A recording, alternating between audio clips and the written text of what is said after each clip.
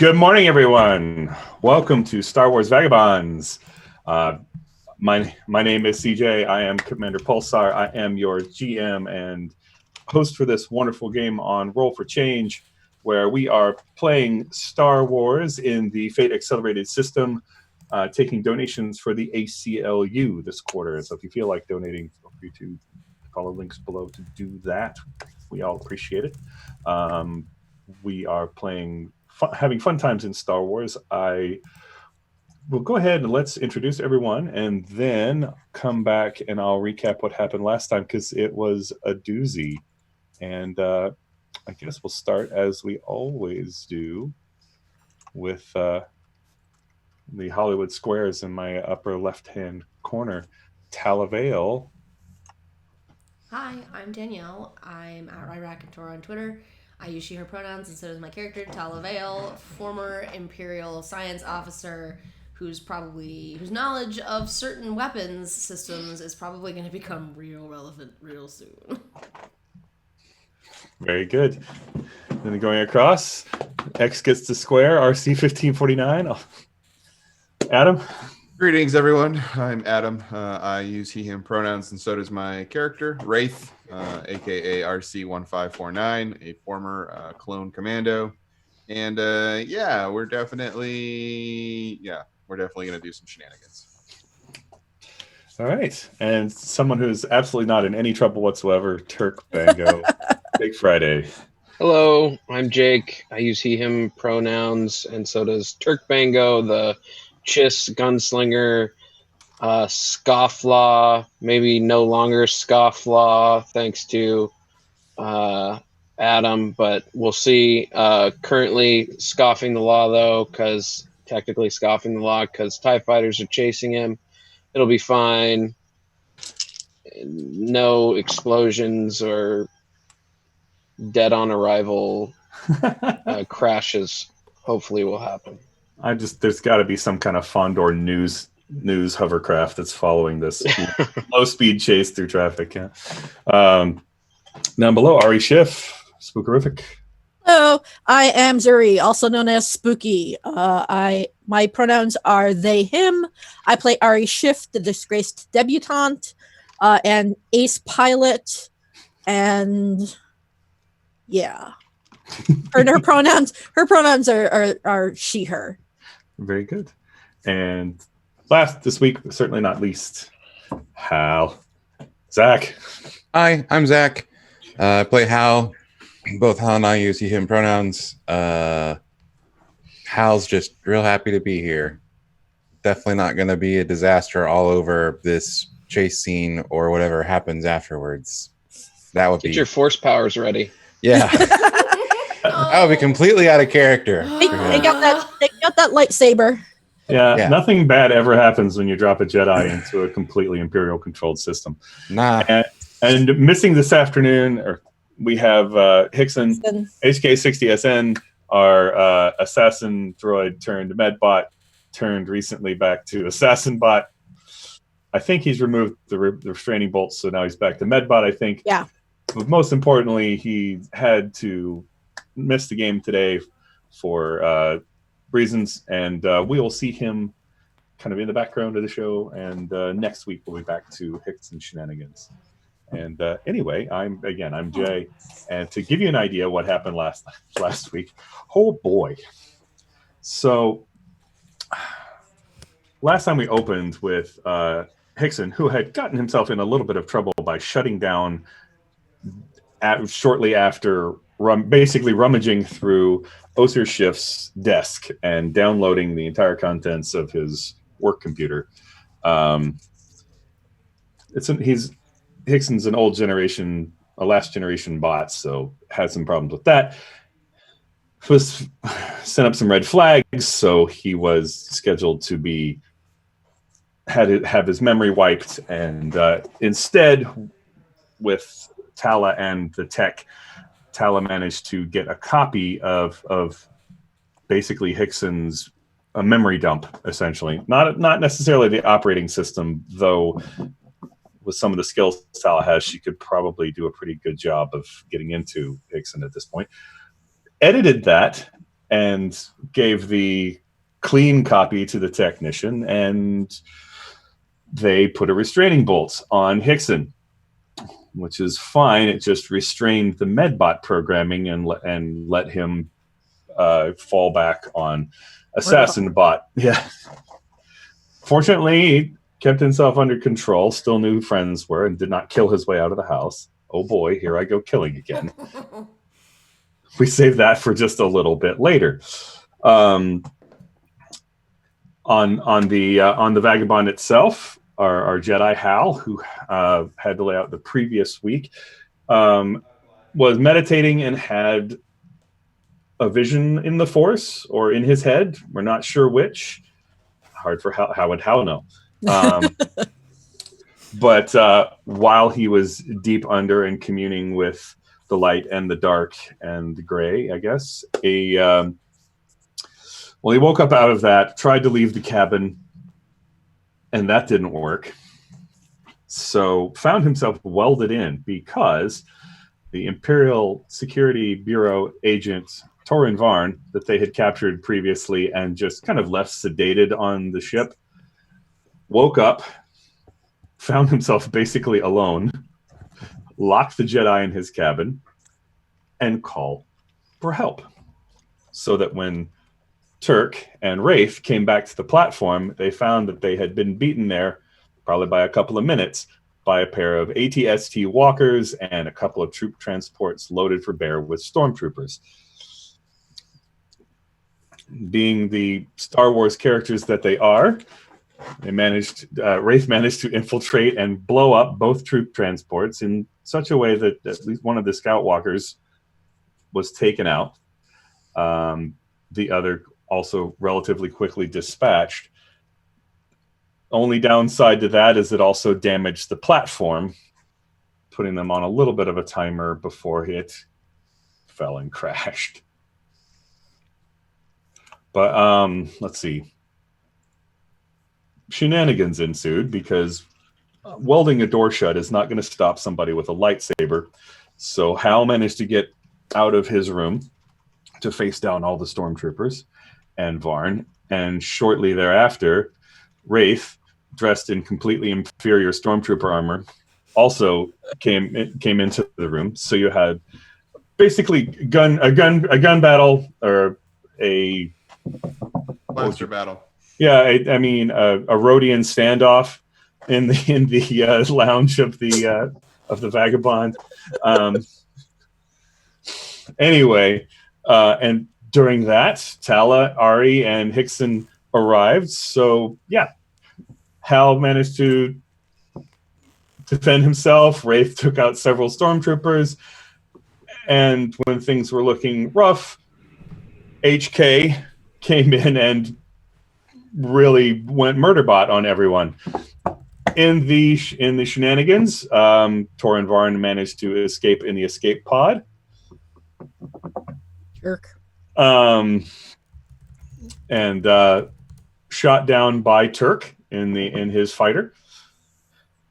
And about that time, the platform tipped and broke. And the only reason that the Vagabond didn't fall plunging dozens of stories to the ground below was that Hal managed to jump out of the ship and catch it using the power of the Force, long enough for Ari to turn the engines on so that it could fly on its own. So basically, they managed to, in that confusion, almost get away. Several TIE fighters showed up because, well, when you call AT-STs, you also call... I mean, you're in an Imperial system. There's going to be defensive patrols. And Turk, in his cloud-shaped fighter, has drawn them away. And we are going to start because Turk is being chased by, if I remember right, 5 out of 6 TIE fighters. Before I get shot down, I'd like to remind people that the name of the ship, and to maybe put a little pressure on the GM not to shoot down such a wonderfully named ship, is a Porg Chop Express. Please do not shoot down the Porg Chop Express. Porg Chop. I mean, didn't Jack Burton lose that truck for a good portion of the movie? I'm just saying. Yeah, you're correct. got my truck. And yes, your ship will be confiscated by the Lords of Death. That's what will happen when so. But yeah, so yeah, the scene kind of picks up after this title scroll that is just giving you all the same recaps that I've given you. I think camera kind of will pitch down into Fondor and into traffic, and against the flow of traffic, of course, is this fighter, which is probably about 2.5, 3 times the size of most of the hover cars that you're going through traffic. So, and of course, we're going the wrong way, and pursued by TIE fighters. Yeah, I think Turk is just trying to use the other vehicles and buildings as much as possible to try and shake these TIE fighters as Yep. tough Absolutely. as that may be. Absolutely. And what Fate does for things like this for contests is you're doing sort of competitive overcome actions and basically trying to achieve more victories, more successes than your opponent does in the same amount of time. So I'd say he's trying to be clever about it. Sure. Let's see. Pull that up.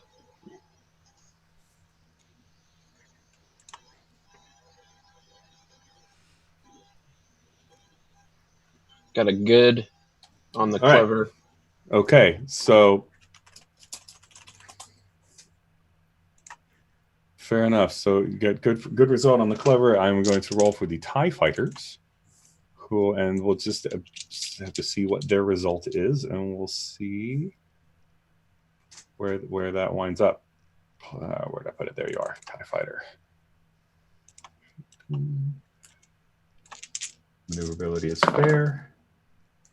And they rolled -2, so they've got a 0. So that is definitely a victory for Turk. So, all right. So what does that look like? So you've basically outmaneuvered these guys, and it's entirely possible you've beaten them by 3, which is a success with style. Yeah, so, I'd say he would use the shape of his ship to his advantage, being, for lack of a better example, like a pancake or a manta ray, which would probably be the better example. Yeah. And is squeezing between buildings and doing the Millennium Falcon type of thing. Absolutely, and there's so many car chase metaphors that can work in these kind of chase scenes. If we can think of a way to scale up the guys walking with plate glass, I mean, maybe there's a big advertisement thing that you just managed to go and the TIE fighters slam into or something like that. Yeah. So yeah, absolutely. Yeah. There's you kind of get to where there's a couple of buildings that are incredibly narrow with walkways crossing this way and traffic patterns or whatever. Traffic, of course, is not going through that. It's going to go basically be across, probably kind of a T intersection kind of thing. Yeah. And you just kind of okay. And fly straight through, and a couple of TIE fighters they basically try and just peel up and around, and 2 of them don't make it. Just fire, just ripping up this building. The other 2 kind of that would be 4 left. So kind of sweeping around. Very cool. At the same time, he's trying to think about what he will do if he can't get rid of all of them. Like if he can find a place to hide, he's looking for that. Okay. At the same time, do you want to? I mean, yeah. If you want to find an alley where you can stop and maybe let them pass or something like that, that would probably be being sneaky. Okay. So fly sneaky, and that's actually probably good. And I'm only average with sneaky. Okay, awesome. So very good. And nice. Okay. So you've got a good result, and they got a wash. But their sensors are worse than their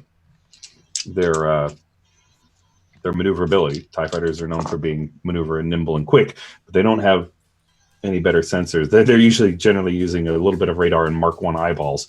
So yeah, that is another victory for Turk. One more and we're done. So yeah, basically you lose most of them. They kind of they don't know where you are, but they're basically kind of like, okay, well, you can't have gotten too far. So you start seeing them do a sweep. Okay. You may either creep away or wait, or what does it look like? I think he will try to. I think he doesn't want to get far away. Presumably, he's getting further and further away from Vagabonds. So I think he doesn't want to get farther away. So he would wait and just be ready to gun it if they catch on, or two of them still on him currently, or well, they basically just kind of basically quartering in like a search pattern. They're just they're at this point looking around. So would you say you're being careful and trying to get away? Ooh. Maybe clever. Can he do anything? I mean, he's got a bunch of paint buckets that he's throwing gray and black. I don't know.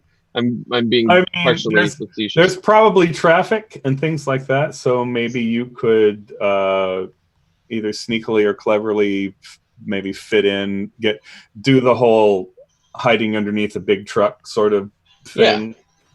Yeah, I think like, what about there's a big truck and he's kind of floating at the same speed underneath it. Yeah, essentially. Yeah, instead of going zoom as a fighter, you're just kind of like, okay, I'm just going to match speeds. And since they're doing kind of Overwatch, All right, is that clever? It's still more sneaky. All right, we'll go sneaky. But you're also again rolling. You're going against their ability to see you and not their ability to outmaneuver you. So mediocre. I'm going to be needing to use an aspect. Sometimes I amaze even myself, if possible. Okay. To bump it up to fair. And their roll was a wash again, so they also got a mediocre. So bumping up to fair will win you the day.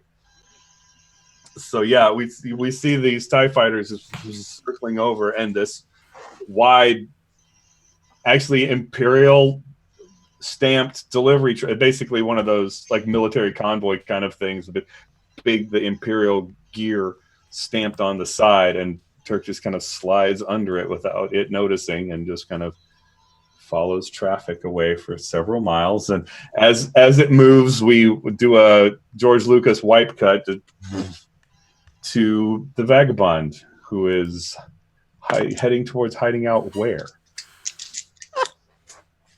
I mean, just what kind of place? I mean, what are we going for? Well, I'd like to. This is like my home turf, right? Mm-hmm. So I would probably know a good place to hide. Mm-hmm. Someplace with fewer patrols. Sure, it's kind of like a seedy part of town. Yeah, like I was going to say seedier area of the town. All right. Town. City, yeah. City, which is the size of the planet, yeah. So I'm picturing kind of an older, kind of the equivalent of one of those edge of town truck stop kind of places. Yeah. It's a little bit of a docking port, probably does some merchant traffic, but it's more like a lower end kind of. Well, it's probably not equipped to handle the size of ships and the traffic that the Empire is currently doing. So it's really just fallen by the wayside. It's it's almost self-service, except there are droids, so it's not. But yeah, it's one of those, probably there might be a diner style, like a Waffle House equivalent nearby, and Space Waffle House. Space Waffle House, exactly. Delicious. Ithorian waffles. They have tentacles. I don't know. Thank you. That was a face I was looking for. But yeah, it's one of those situations that they just you kind of can park and pay a little docking fee, and Sure. the signature they ask for can be illegible, and they don't really care. Nice little greasy spoon. Mm-hmm. So parked and mostly away from the Empire, a little bit of stress there. So while you're decompressing and kind of can hit back into the lounge, where there are blaster burn marks everywhere, the door to Hal's cabin is What the heck? What are you doing to my ship? wedged open, and there's weld and burn marks on the edges, and Sorry, I got trapped. it looks for all the Seriously? world like somebody had a fight in here. Seriously? They welded me in. I had to get out. You owe me a door. I know. I'm sorry. You know you're a mechanic, right? You can fix it. Yeah. That's literally, I was about to have Tala say that. Yeah, like you're. Could you Didn't not say I was have gonna opened buy a the door. door with your mechanical skills? How? I tried. It was welded shut. Yeah, you're also missing an escape pod. Yeah, I was gonna say. And what happened? Probably, Yeah, what is an up escape with pod. What happened to the prisoner that we asked you to keep an eye on? He was sedated. Well, so funny story, true story. I thought he was unconscious and would be for a while, and I needed to center myself. And when I came out of my trance, he had woken up and welded me into the room. And taking an escape pod. That didn't happen yet. He was still aboard the ship, and then a bunch of stormtroopers showed up, and then in the fight, then he took the escape pod. Well, guess whose escape pod that was? If we Yours? ever need it. Oh. No. Well, they're all yours, right? All of them are mine. It's the escape pod belonging to whomever needs it. It was for the crew. That's the thing. I bet, it's like you might be able to, you can absolutely acquire escape pods are pretty standard. That's one of the, Sorry, Ari. that's something you can't really fix, but you could certainly buy Buy Replace. a new one. replace. Yeah.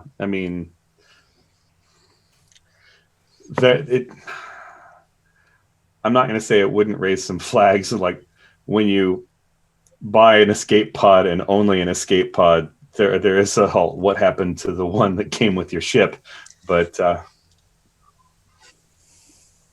because normally the way that works is you have the escape pod and not the ship Instead of having the ship. instead of the other way around. Escape pod. Well, we'll figure it out once we get past all this nonsense. Yeah, I don't. There's definitely a Smugglers R Us that will sell us escape pods. Yeah. Maybe not in Fondor, but yes. I don't. How are we planning to get off Fondor now? It's a good question. Wish I had an answer, but it's a good question. Well, you do have one route out of the system. Yes, we have the trade lane. Mm-hmm. The trade lane that the Empire has built in secret, so Yes. it's not commonly used. So we have that. We just have to get Turk before we leave. Easier said than done.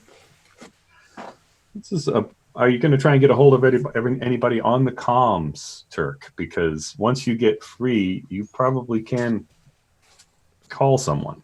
Yes, I would do that, and it would go something like, so not even, hey Turk, how you doing? Not even, that's the first thing you hear. Not even, how's it go? Are you dead? We assumed you were flying flashily. That's a weird way to put it, but yes, I was. Yeah, and then I flew carefully and cleverly and sneakily.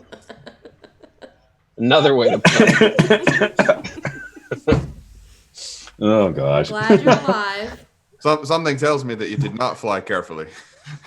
And it's easier said. I really could go for some, camo on my fighter, but I keep forgetting to do that, or losing the money in gambling. But where are you guys? I give him the coordinates to where we are. Fair enough. Yeah. Okay. That's I head there. Yeah, it's not a hard thing to reunite the cloud shaped fighter and the ship, and it's one of the I don't know if we've said anything about it, but you can either dock on the side. There's probably space in the cargo hold if you fold the wings up, which they could probably do.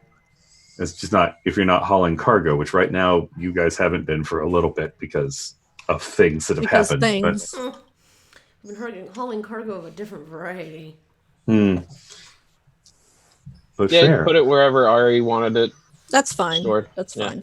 Yeah, I mean, but okay. So yeah, the gang is back together.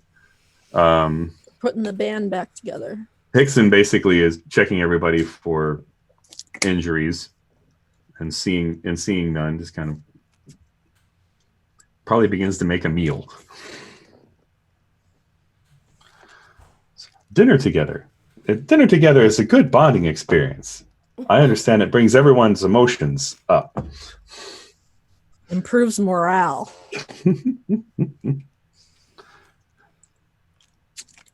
Well, once we are all reunited, I'm going to try and get us into the shipping lane and get us out of Dodge. Okay. Well, you've got a couple of things that will help you there. So the IFF, the transponder skimmer, will help. And in this case, you can absolutely emulate the signals of Imperial traffic. And also you have a visual cloaking device. If necessary. If that becomes necessary to use. Right. So I'm not sure how stable it is. Guess we'll find out. Tal is better at weapons. But yeah, honestly, yeah, there is some traffic control. Like I said, there's a massive ring around the planet of Fondor. The entire shipyards basically encircle the planet like a solid ring, composed basically a space station that occupies the entire orbit on the equator. But there's not as much traffic at the poles, so it's possible to just kind of head out. I mean, entirely up to you. Two sides to the argument. If you head up that way, there's less traffic. But if you head up that way, there's less traffic, except for you. So right, so which would attract attention. Right. That is the question. I think I can try and sneaky fly with traffic. Okay. Fly casual. Fly casual. Ooh, yuck. Sneaky +2. That was a 1. Okay. So I guess, do you want to that transponder is an aspect you can tap if you want to improve that score. Do I spend the fate for that? Yes. Okay. Yeah, I will do that then. Okay. Cool. So that would give you a 3. I believe so. You had a 1 and I had an a average. 1. You had a 1 and average result, so that would bring it up to 3, which is good. And it's literally good because these sensors roll for the Empire was a 2. So, good. Yeah, you get by, and basically it's seen in the office. Basically an officer looking down in the well, where one of the technicians is kind of looking over the codes of traffic. It's like, it's an older code, sir, but it checks out. Checks out. But I was just about to clear them. That's right. But so yeah, basically you managed to get past that ring and into less dense traffic, most of which is headed towards the 2 normal jump points. which have lots of Star Destroyers and TIE fighters patrolling them. The secret path is in a third direction, and there is a patrol there, but it's basically just a light Corvette because they're not expecting anyone but already cleared traffic through there. There is a ship on station, but that's the thing. How would you like to get past them? You could honestly get past them with speed, though the Vagabond is not the Millennium Falcon. Yeah. But you could fly quickly. That's one way, and hope that they can't intercept you before you get to the hyperspace point. Yeah, I could go quick. Quick is a thing. Sneaky is a thing. You've got a cloaking device. Yeah, I was actually going to ask about the cloaking device. Yeah, you can roll sneaky and turn that thing on. You have. Does that have an aspect? I believe this is the but this is the point. This is the point at which I believe Tala, with an assist from Hal, gets to roll and see how well we've built that cloaking device. Oh boy! Cool. What would you like me to roll there? Clever, careful. I think at the time when you put it together, you weren't under a whole lot of time pressure. So I think clever is fine, and I think you have a couple of aspects that will help, or a couple of stunts. Appropriate stunts for that. You have Master Engineer, which Master Engineer would absolutely help with this. And like I said, you can with Hal's help, so you can take a +1 from that. So okay, so I have a +3, plus I actually have a +6. So let's. Yeah, that's probably a solid result. So, God, I rolled a wash. Well, you rolled a wash. I rolled a wash.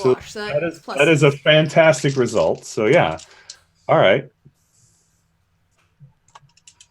So I basically I have to roll the. If you turn that on, then I will try and overcome that with the sensors on the Corvette, and I'm just not even going to look at the dice because they can't beat that.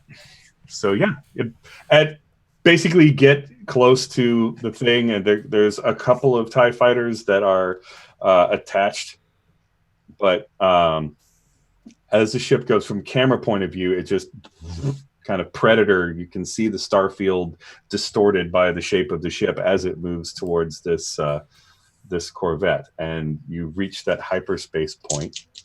Yay! And the stars go into lines. And hyperspace in this is strange because it has a little wobble to it. That it's possible to tell that it's kind of artificial, that this jump lane, this hyperspace route shouldn't necessarily exist, that it's being held open. So kind of like driving down a highway where there are the lights, you kind of in the dark, and there's the concrete.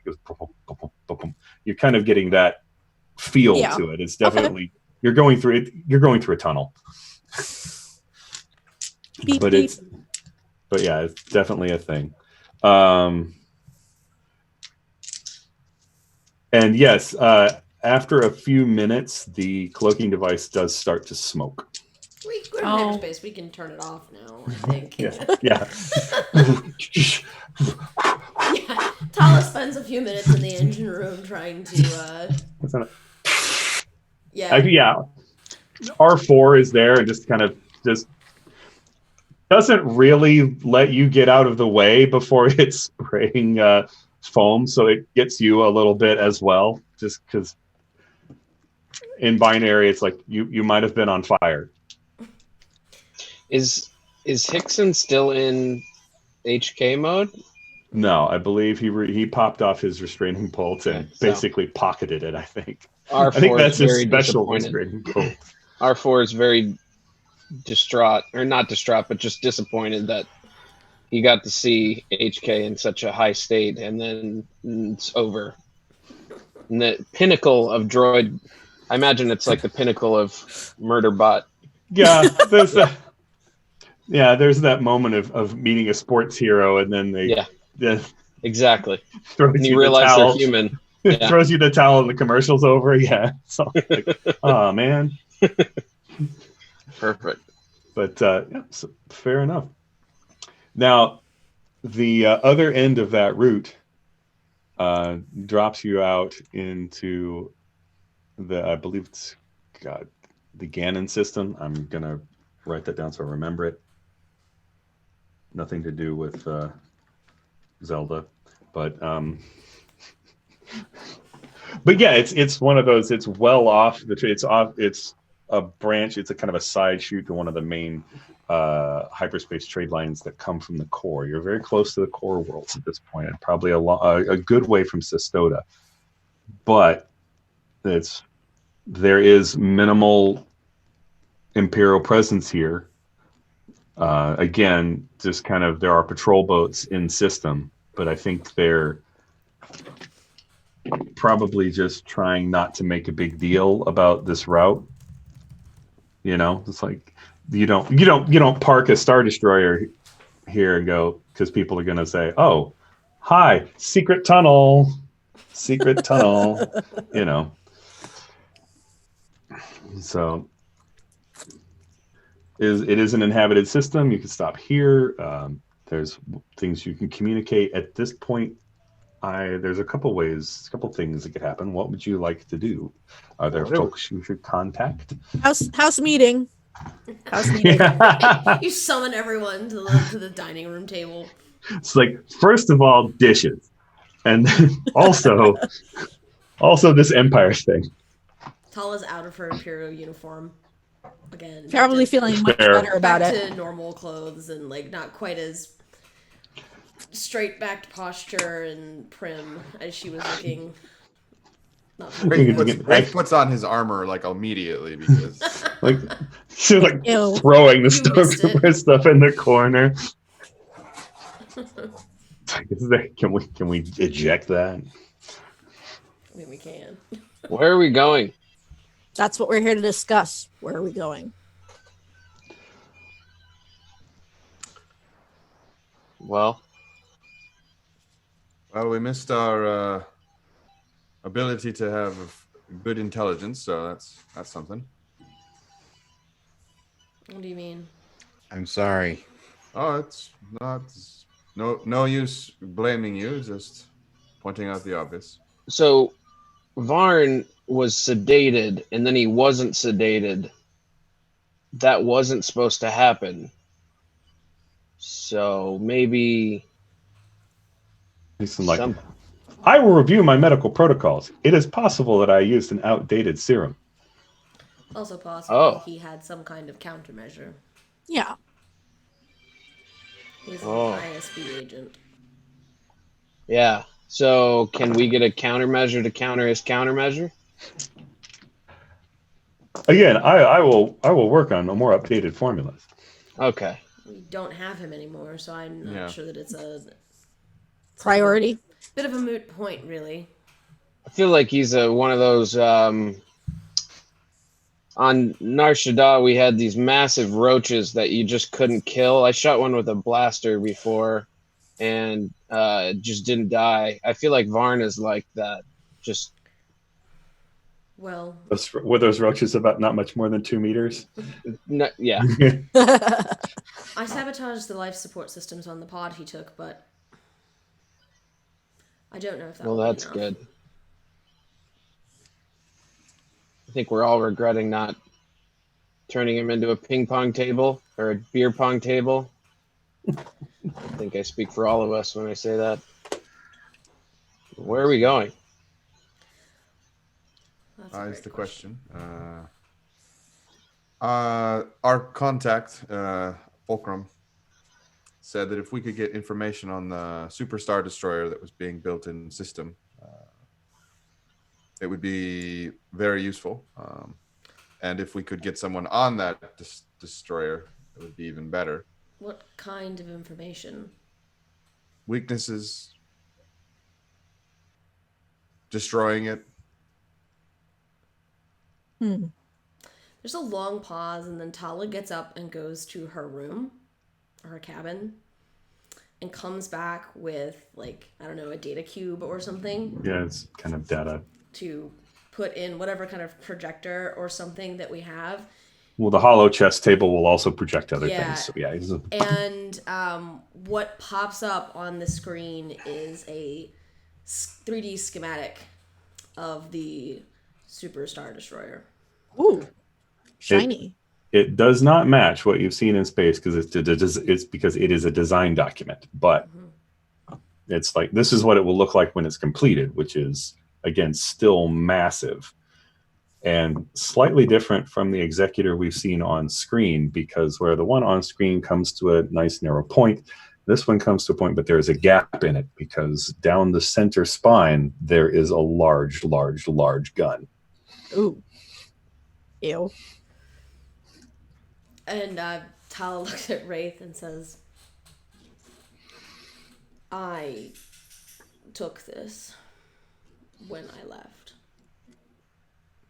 This is for you, Danielle. Oh, thank you. I will take that fate point. Certainly convenient. I didn't have anything that useful when I left. Well, you were not the project executive director working in the science division. No, I was not. I don't know how accurate it is. They may have added or changed things since I left. But It's something. It's worth something. We may have more up-to-date files that I downloaded from Osir Schiff's computer, but I don't remember any of them. That's true. Tala goes out of the room again and comes back with her data pad and starts sifting through the files that Hickson took. I mean, yeah, I'm going to give Hickson a fate point for Tala has a copy of my brain. Sort of, not really. Limited. Yeah, not truly, but yeah. So Danielle's characters have eaten two people's souls. It's a theme. I'm working on it. Gonna do one more, and then I'm gonna complete the trifecta. For those of you who just watched Star Wars Vagabonds, that's a reference to last night's Dresden Files game, the Portland Files, which I recommend you watch on this channel on Friday nights. But yeah, Danielle's character in that game.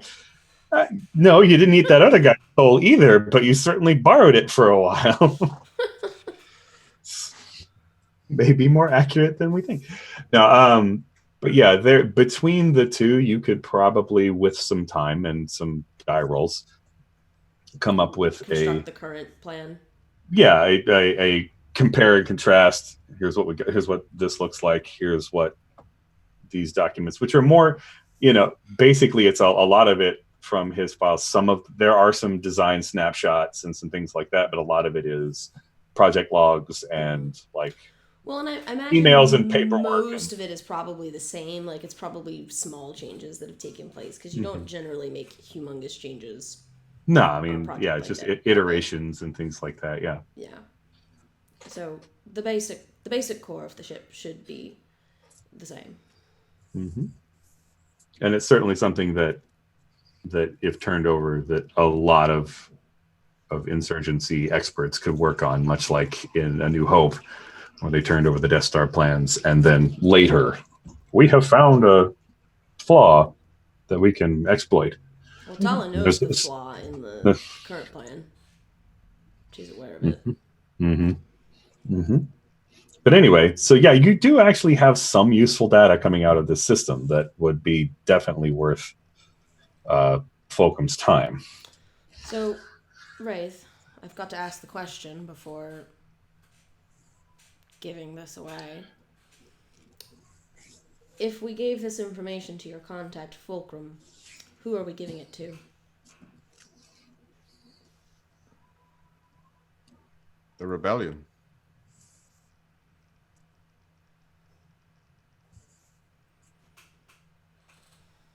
Is this the Spider-Man pointing at Spider-Man moment? It's like, you? Well, Tala's not involved in the rebellion. The way that resistance cells work is we do not know who each other are very well. And the point person in between the cells definitely are not known to any of us. So I could not point them out in a crowd if I had to.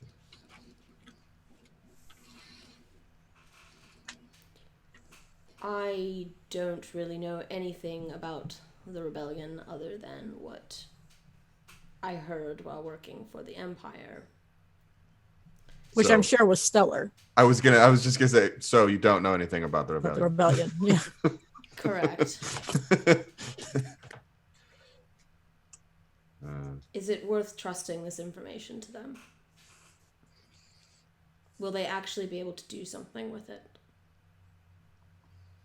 Eventually. Though perhaps we could save them the trip. What do you mean? If you can find a way to get us onto the Star Destroyer, I can find a way to destroy it. Well, destroying it's the easy part, and Tala will like shift the thing. Yep. It'll rotate. You can explode it out. Just Tala will just explode it out to make the central core weapon. Yeah, it's a core weapon, and it's basically lined up. Yeah, and the axial super laser lines up with like the core power generation. Basically, yeah, it's essentially the axial laser, power core, engines, and everything else kind of attached to that. There's a flaw in the axial super laser, which I don't think that they've realized yet. Doesn't look like it. But based on what we saw, considering that they're still building it, more or less, it can only be fired maybe once in any given period of time before the heat buildup from its systems will cause a catastrophic overload in some other systems. Ooh. Like the power core, yeah. Now, typically when they do test fires, with a weapon that large, they only test fire once and then they'll wait. One and done. Correct. That and they haven't as far as you can tell, particularly in design and lead up, they never did that with all the other systems running, like life support. And they've only tested this system in an isolated manner. So they might be unaware still that they have a massive heating problem with this gun. So destroying it should not be difficult. If you were to fire the weapon multiple times in quick succession, I don't think the rest of the Star Destroyer would stay intact.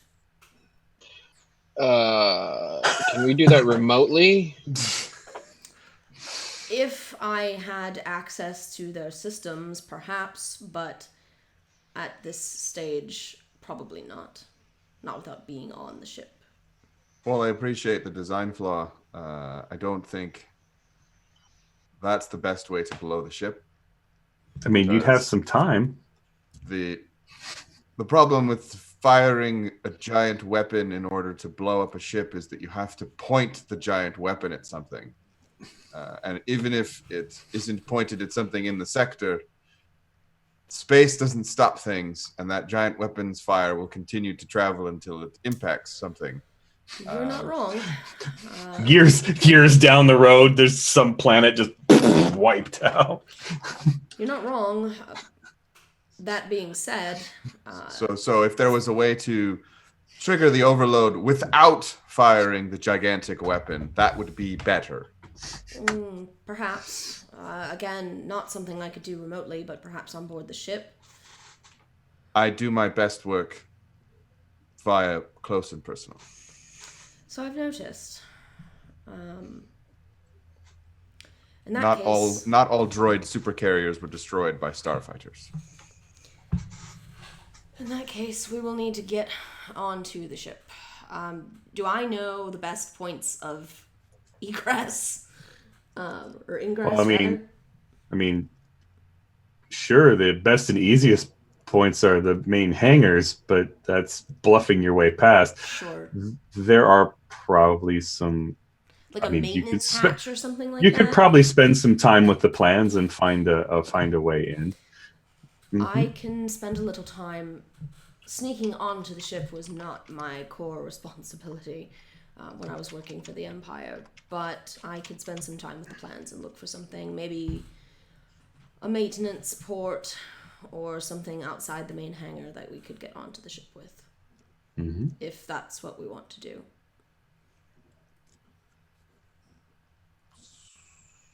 That's one plan. Another plan is we now are on the opposite side of the trade lane, and we could steal an Imperial shuttle and get on and have the Vagabond come in at the end to rescue us. That is an option. So we would split up and have a boarding party and a rescue party. Indeed. As a Okay. player in the Portland Files, I absolutely encourage splitting party Splitting the party. whenever possible. Fair enough. In that case, we'd better locate a shuttle to steal, first of all. And second, we'll need to decide who's boarding and who's staying on the ship. I have a game question. Would impersonating a stormtrooper be clever or flashy, or what? Yes. I mean, tell me tell me in what way. If you're impersonating a stormtrooper in a way that brings attention to you, being bold and daring, just like, F you, I'm a stormtrooper, I dare you to tell me I'm not, kind of thing. Right. That's very flashy. If you are just kind of, I'm trying to blend in and be as much like all the other stormtroopers as possible, that's probably a little sneaky. I have this outfit so that I get some kind of display screen and I can fake code words and things like that. That's probably clever. Oh, okay. Yeah. So yeah, it's more of a how do you do the thing? Okay. Then there's not like a skill set. Got so it. much. Everybody can impersonate a stormtrooper. They just may do it in different ways. Thank you. Yeah, absolutely. But as far as things in the system, basically all there is here is a patrol is kind of the one or two patrol boats, and kind of we could easily just dodged. Theoretically, take one of those. Yes, they're certainly more heavily armed than an Imperial shuttle, but yeah. So patrol boat is the Kind of like the Gazanti class that has the TIE fighters on the bottom of it. on the bottom. Yeah. Yeah, that's not exactly what I wanted us to take. I was thinking more of a Lambda shuttle, although I think the Lambda shuttle isn't quite in service yet. Maybe it's just starting.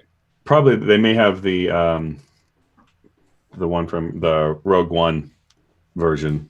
Yeah. The larger cargo shuttle, which would also absolutely work if you're bringing, because they're bringing cargo through the secret tunnel, as it were. So can we be pirates? Let's be bad guys. Yar. Absolutely. Now let's see.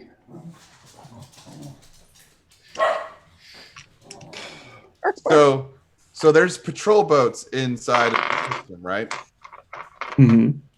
And we have an IFF spoofer. Mm-hmm. So can we spoof a patrol boat signature? It will steal their transponder code. And then contact transport to say we need to inspect you, so they'll let us get close, and then we board. Then, because it's been super well established in the Star Wars lore that nobody looks out the damn windows, and it's just sensor readings. Yes. They will let us dock, and then all of a sudden we are not a patrol boat, and we just storm the shuttle. Okay. Right? For me. Like that's literally how the rebels did 98% of their shenanigans, is that no one looked out a damn window. Yeah. It's like, that looks like the ghost. Nah, sensors say it's not. So, okay, I guess we're all right. I'm going to also give you this from Spark of the Rebellion, that maybe you should send these plans to Fulcrum. That's the backup plan. That's the like icing on the cake after we've blown up the.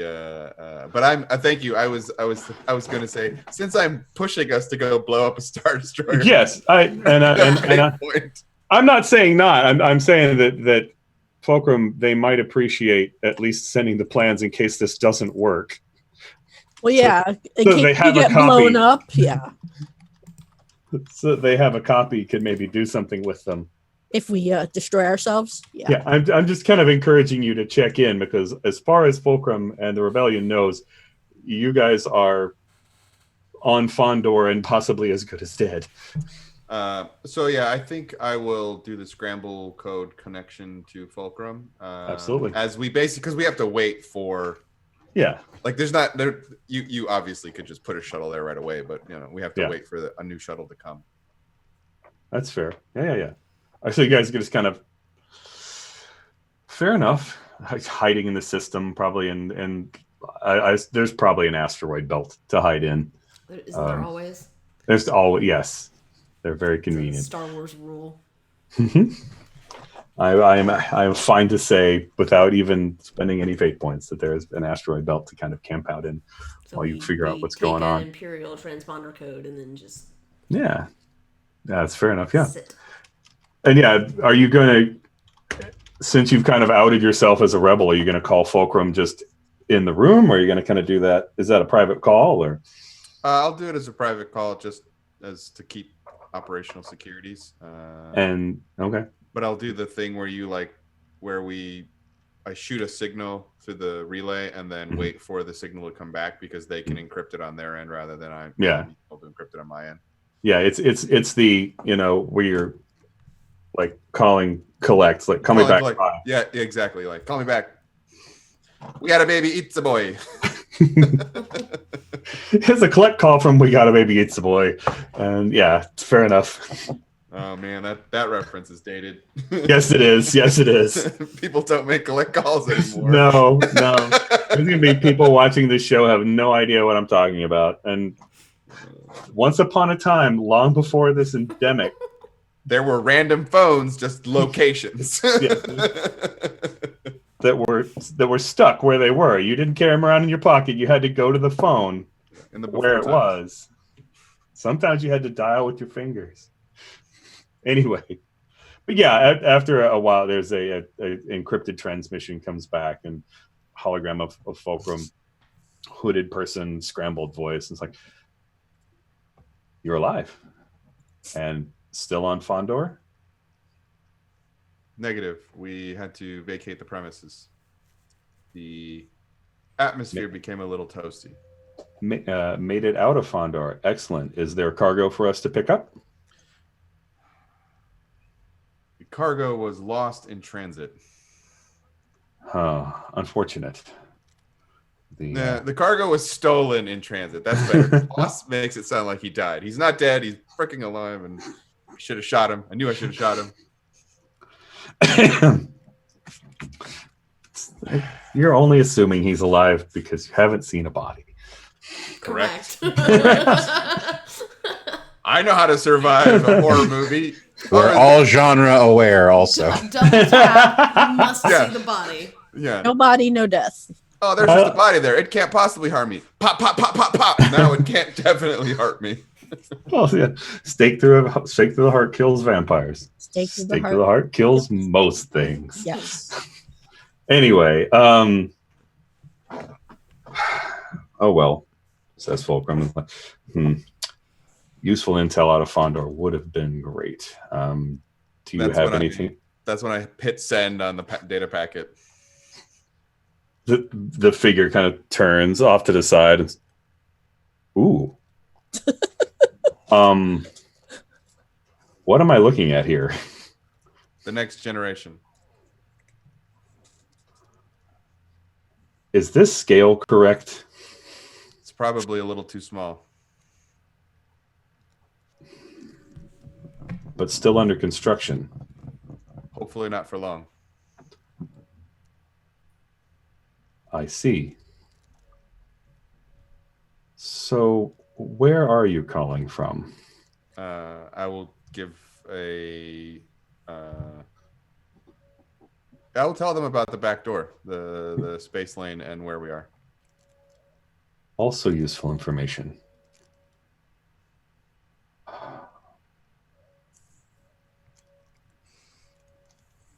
If you can give me 36 hours, we may be able to assist. Rogue Squadron? No, that's not around yet. Not That's, yet. What were they called? No, there was definitely a name. Phoenix Squadron. Phoenix Squadron.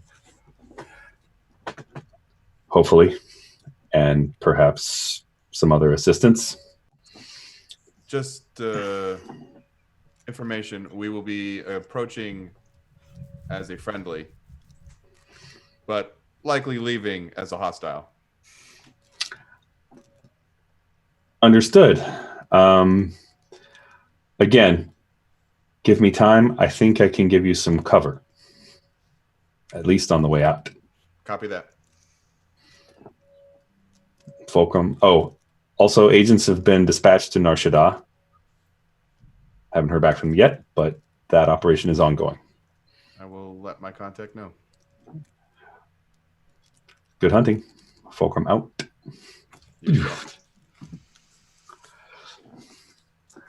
So fair enough. Return to the group and exposit and let. Yeah. So I guess on the way to be rescued. Mm-hmm. Tala's gonna spend some time in the period while we're waiting, looking for potential points of. So would you say you are creating advantages? Sure. Perhaps creating advantages based on knowledge of Imperial protocols? That, yes. Absolutely. Tala used to work there. Yep. Using clever there. So can I use clever for that, I assume? Yeah. Yep. You're coming up with a clever plan. Well, that's not as good as I'd hoped. I must have rolled pretty poorly. I did. I rolled. Yes, that is a -3 on the roll. Would you have some other aspect you'd like to tap? It's not like we're short on fate points. I know. I'll go ahead and spend the fate point I got for. I'll use it on stolen secrets. Sure. That's literally what I'm playing with here, and I will re-roll because I can't really do much worse. Oh, there we go. That's a +8. That's a wild swing. Wow. That is a well spent fate point to go from a -3 on the roll to a +3 on the roll. That is about as big a swing, almost as big a swing as you could possibly get. So that is a legendary. It's a +8. Yeah. So yeah, that is what we call a very clever plan. So let us put that on the board. I think we'll. Yep. That where hopefully everybody can see it. Allah's clever plans. Changes. And there we go with 3 invokes on that. So because you rolled really well. So that's going to be very handy. Can Wraith draw up some overcoming obstacles related to Imperial protocols and regulations? Mm-hmm. Can I set up the ability for us to be able to know exactly how to? You can create advantages, but that is specifically for overcoming obstacles. That's in the moment of being able to just like. That's what I thought. Fall back on being a stormtrooper. Now, see. Whoop, that is not what I meant to do. But Clone Commando training. Yeah, but that's tactical situation. You're basically performing an assault on a Star Destroyer. Okay. All right. I mean, I'll try to create some advantage. Basically, I think the advantages Tala is creating is how to sneak us in. Yours may be on the when this goes to crap. How do we get out? Yeah, I think being able to like encrypt our comm links so that the comm links can't be overheard, and like basically setting everybody up. More tactical things, more combat oriented stuff. If Yeah. Setting necessary, everything up like Tala my can squad. also help with that, given my knowledge of protocols as well. Oof. Depending on how I think I'm gonna spend one of the fate points I got for Rebellion Spark, because I rolled a -2 with only 1+, so that's technically a shitty roll. So I'm gonna re-roll that,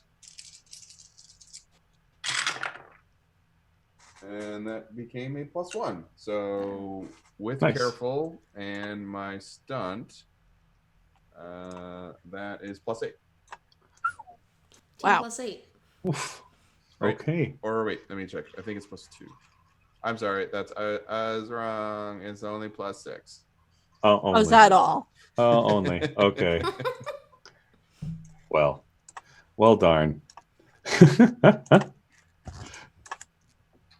So yeah. We're going to go in with the best plan we can possibly have, and watch Well, it get that's destroyed.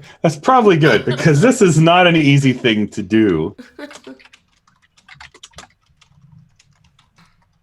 Who's going in there? I think I'm gonna sit this one out. Oh yeah. I'll stay back here and Okay. supervise.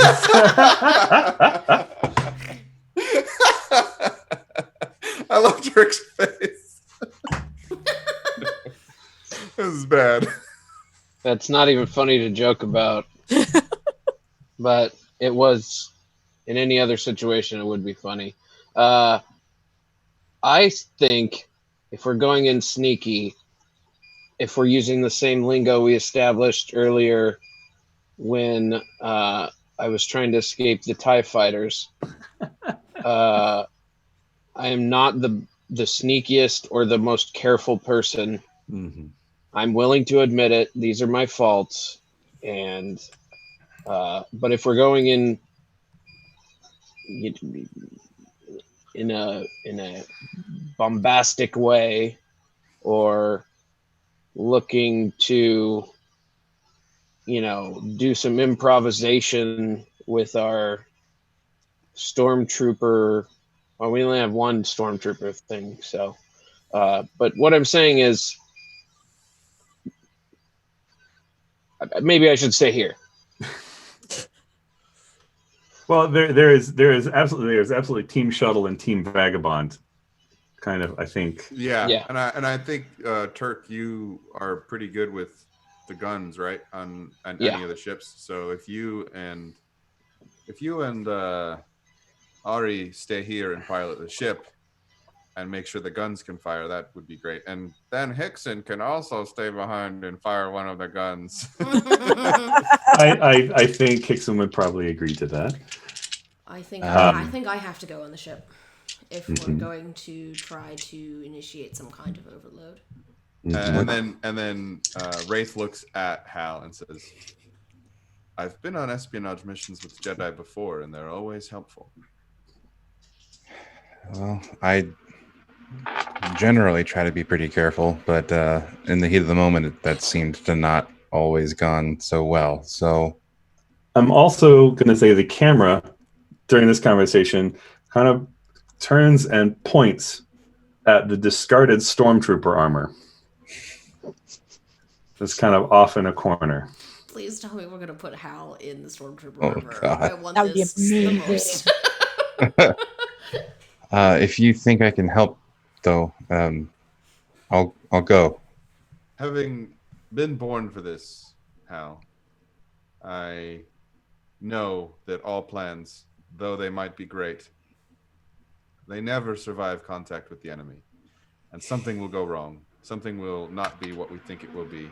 And having served with the generals all my life, they were experts at turning plans that had fallen apart into plans that succeeded. And while you might not have made the rank of general in your time, you're the closest thing we have.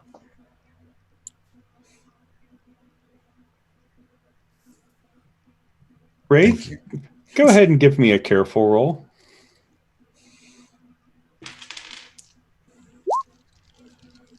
Dang it. I keep hitting that button. Oof. So careful. Is any of my probably not. That's a +2. Okay, with a +2 from your stunt. You've given the Jedi a pretty good pep talk.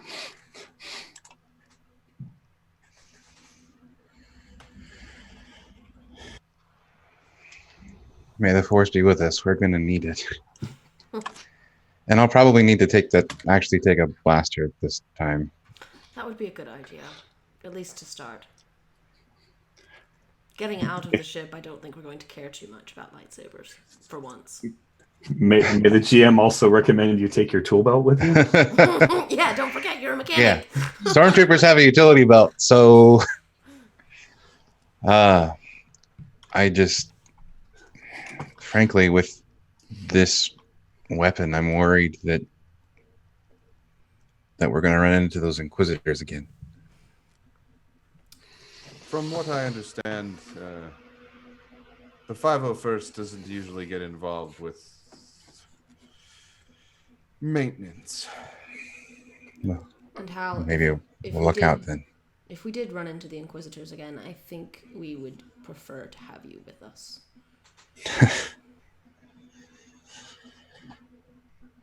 Well, And When- this time I'll be ready for them. He kind of like you see like probably the camera like focuses on his anti-armor weapon that he has on his belt. okay. Well, Basically, it's an attachment that kind of goes on the DC-17. Fair enough. Any other preparations between now and the 36 hours that Fulcrum requested? Some sleep, Sleep's food. good. Yeah, food. I think I will. General bodily maintenance. Mm-hmm. So I know I joked, but I feel like we might actually have a few stormtrooper uniforms kicking around. Probably, yeah. Well, when we take the shuttle, we ought to be able to get some off of the shuttle, I would assume, too, maybe. It depends on if there's stormtroopers on the shuttle, because if it's just a transport shuttle, there might not be any stormtroopers. It could just be personnel. true. So if you wanted to dress up as just dock hands, that's fine. Yeah, I guess I was trying to decide if Tala should use her uniform in this circumstance or if we should go for something a little less flashy. I'm thinking a little less flashy. Think a little less flashy. Yeah. I mean, there's the dress. You have a dress uniform. There's the everyday, just the gray with the little cap. That's probably mean- fine in this circumstance to go with a non-dress uniform. There's probably something kind of along those lines for like tech and maintenance and science crew.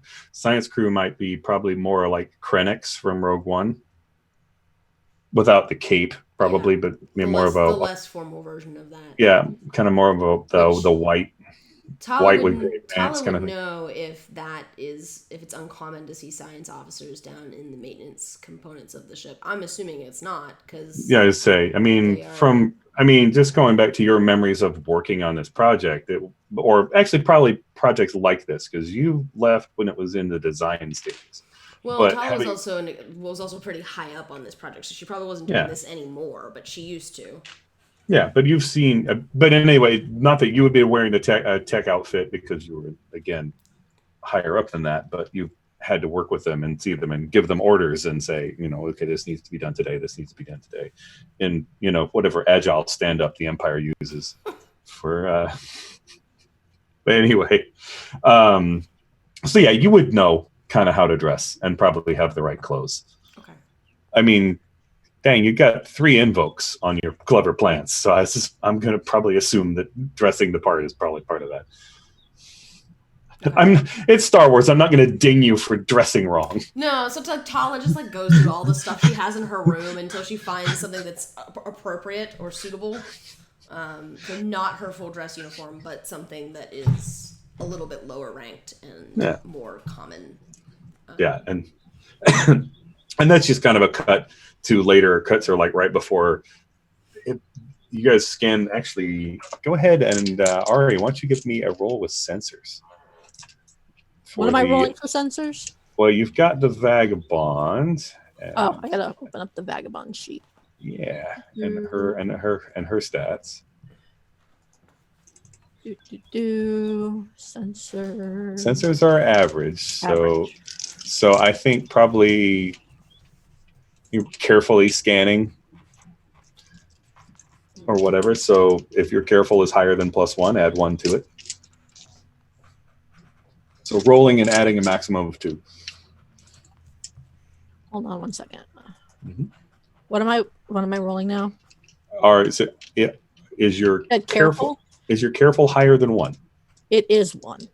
Okay, so yeah, then you're rolling and adding 1. Okay, so that's 2. Okay. Basically, yeah, you're just kind of paying attention and keeping an eye on the scanners for when some Imperial traffic comes through the system. And yeah, there is it's one of the Lambda cargo shuttles with 2 TIE fighter escort.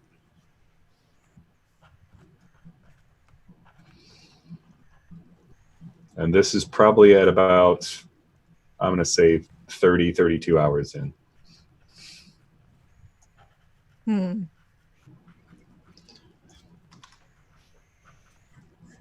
don't know. Thoughts? Anyone? Well, we should stop it. A lambda's perfect for what we want, is it not?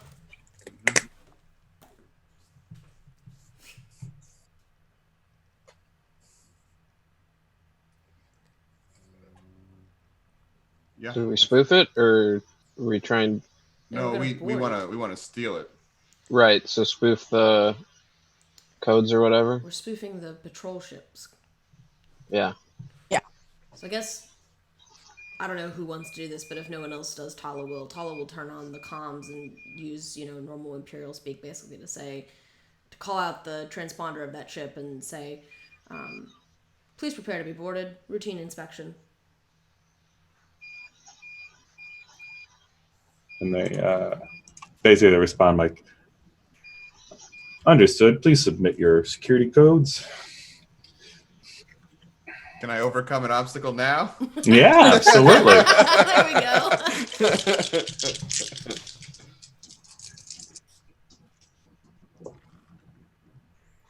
Oh God, why are you rolling so badly, Dice? You don't do that.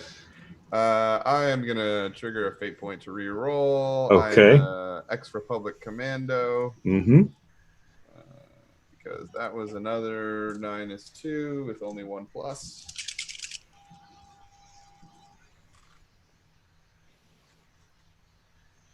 Need some help there? That's a -4. Oh no! Oh. Spend Oh. another fate point quick. Guess we're using Spark of the Rebellion. I would also accept blacklisted by the Empire, but yeah. Okay, we can use my trouble because I guess I'm in trouble. God damn it. I'm not killing anything. This is why it's not working. Yet. Okay, that's better. That's a +1 on the dice. Wow.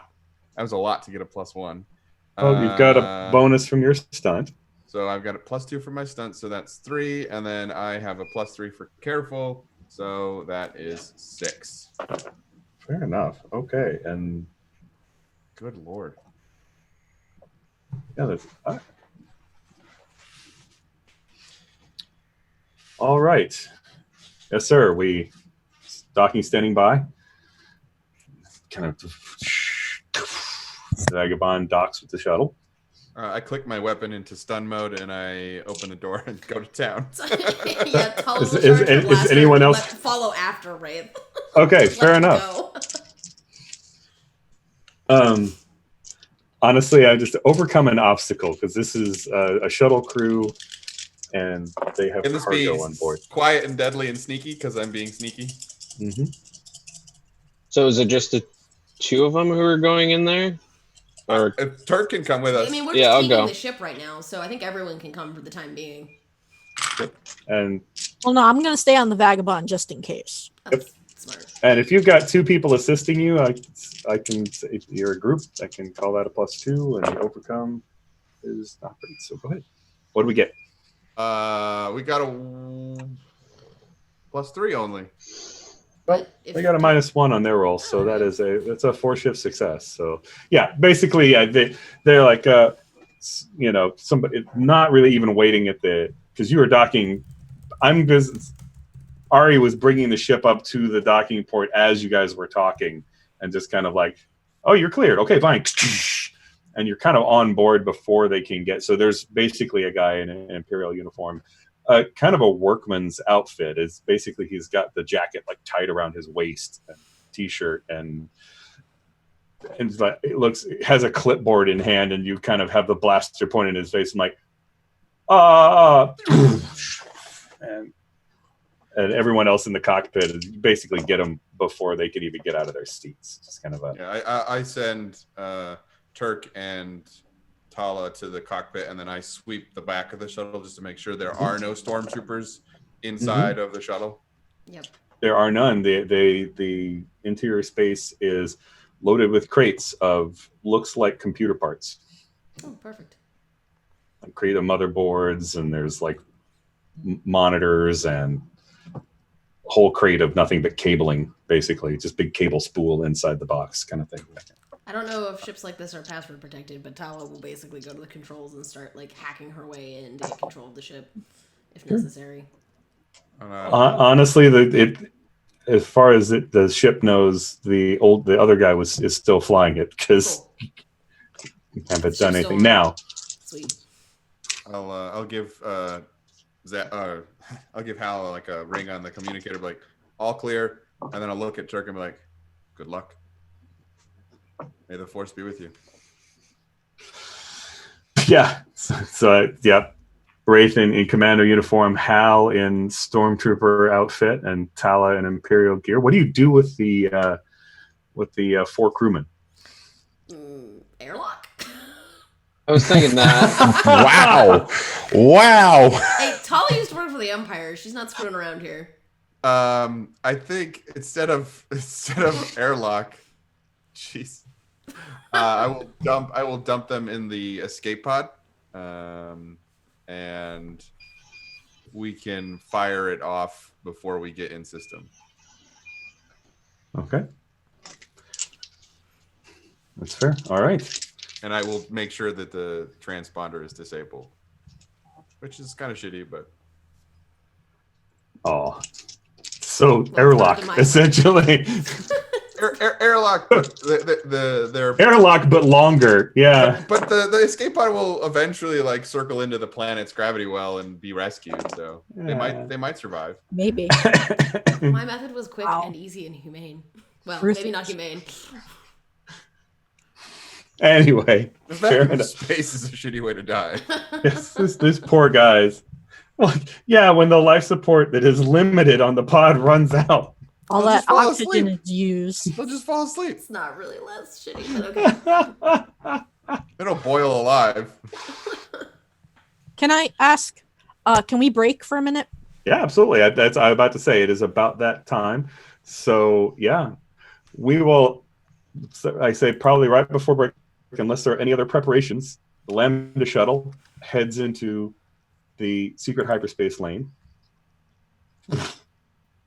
And shortly thereafter, from one of the regular jump points, several ships appear. About one big Mon Calamari cruiser, 2 hammerheads, and lots of scrub fighters, which make short work out of that poor patrol ship.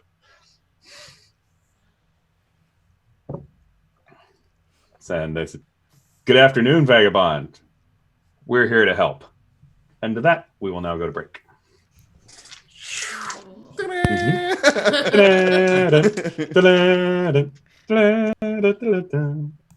There, now we're copyright striked. Crap.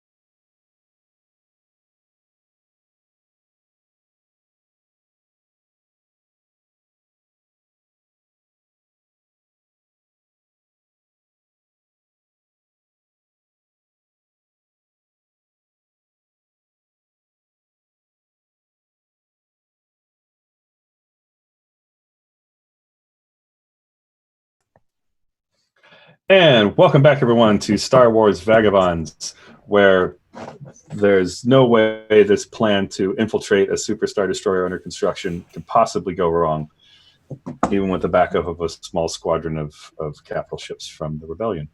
But I guess at this point we probably cut to the wipe comes back out from the wipe in from the last scene before break. It kind of wipes out to the Lambda shuttle, just kind of coming into. Actually, this would be a Zeta class cargo shuttle for people who are looking stuff up on Wikipedia, and it's one with the 4 fins that tip up when you land and down when you're flying. So you've kind of got this almost sea turtle looking crawling through space, not very fast, and it's shortly after you arrive in system, it's flown over by a couple of TIE fighters, and that small patrol boat basically asks you for your cargo and destination, your security codes. We weren't expecting anyone. Is that a Zeta shuttle? You're muted, Adam. I know. Did you have something you wanted to say?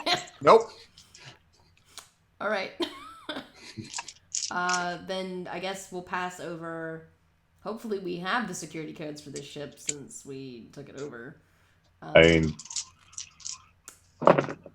we'll pass over that we're carrying computer parts and that we're headed for, and Tala will give a maintenance hatch somewhere, or maintenance access somewhere based on your survey of the... honestly, the patrol boat may not need to know where you're headed. Oh, okay. Well, in that case, I won't. Providing carrying computer parts for the Imperial shipyard. Honestly, you can be that vague in Fondor because there are any number of projects. They could be. I mean, that we don't know where that shuttle was taking those parts. Maybe it could have been for a superstar destroyer, some ship doing repairs. Then Tala will just provide the ship's codes and say that we're carrying computers. Yeah, fair enough. Understood. Zeta class and Zeta 1894. Carry on. That's basically TIE fighters that were approaching can just do a flyby and just break off. You have that moment of being very, very aware that the Zeta class shuttle does not have any armaments at all. Well, that's why this plan relies on stealth and deception. I will start pushing the ship toward the appropriate maintenance access that we've decided to use.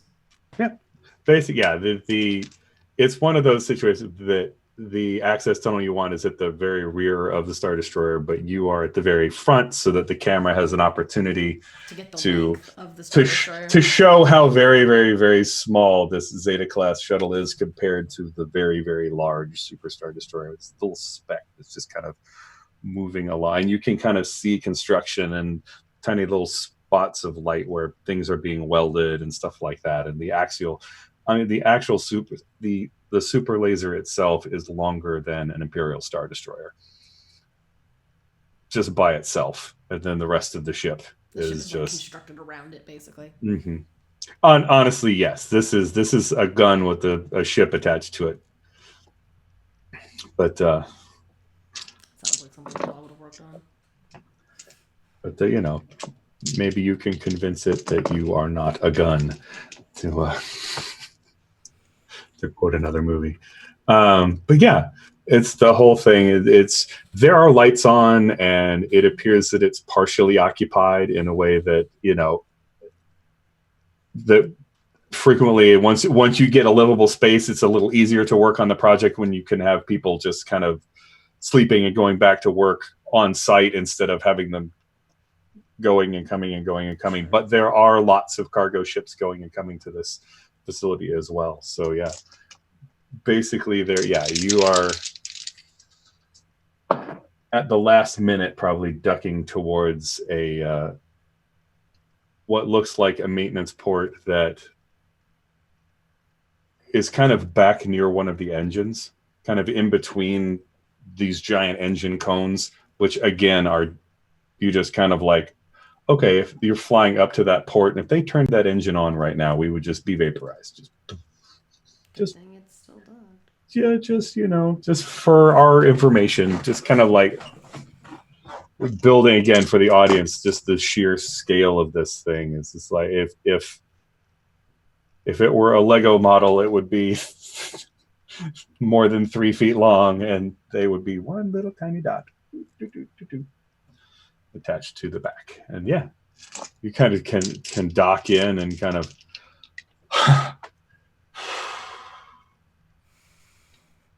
take a deep breath, and this is where the Mission Impossible music takes over, I guess. I don't know. Well, there's Star Wars sneaky music. But yeah, undock. Oh, grab all. I can't.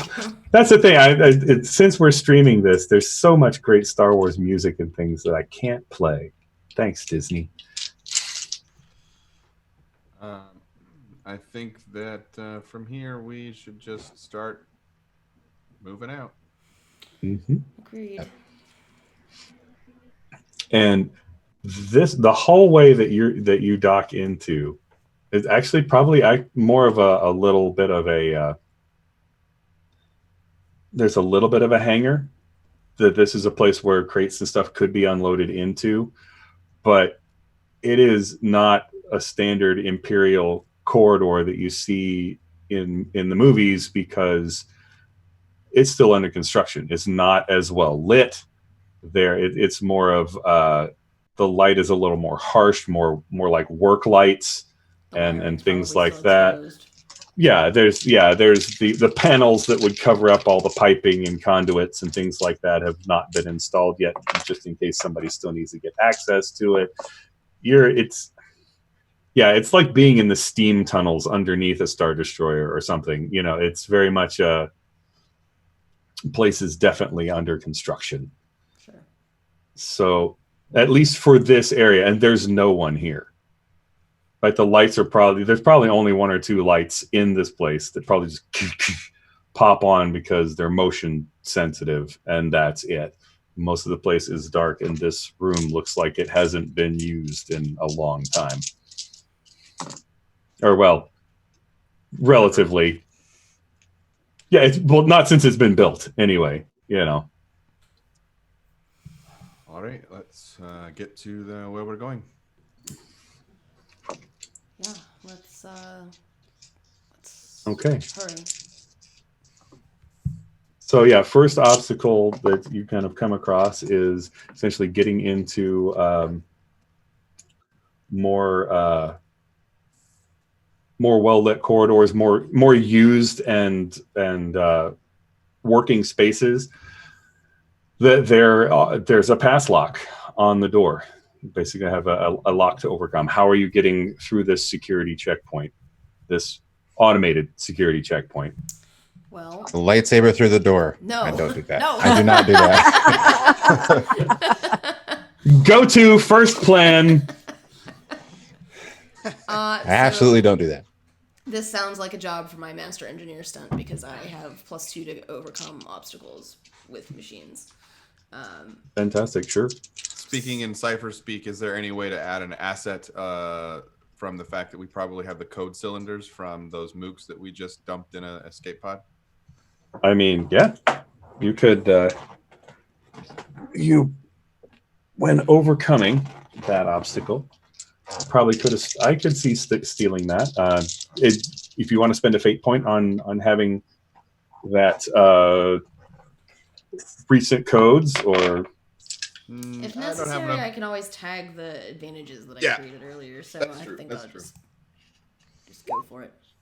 So I got a 4, and I have +2s. It's 6. absolutely fine. So we're overcoming this cleverly. Yes. So what does that look like when you're hacking this door panel? Stella probably it's probably one of those circumstances where Tala just gently takes the panel off of the door to expose all the wiring, and then plucks a few of the wires and reroutes it, and then there's a whooshing sound as the door opens. There's probably some kind of keypad that you kind of connect to, and it decodes or whatever that you've programmed it to break the encryption or whatever. So replace any casing or anything that she removed in the process of this, so that it doesn't look super True. suspicious. Not just gonna leave dangling wires in your wake. It's fair. Nah, not yet. We're not in that much of a rush at the moment. But okay, fair enough. And they move past that particular obstacle. Fair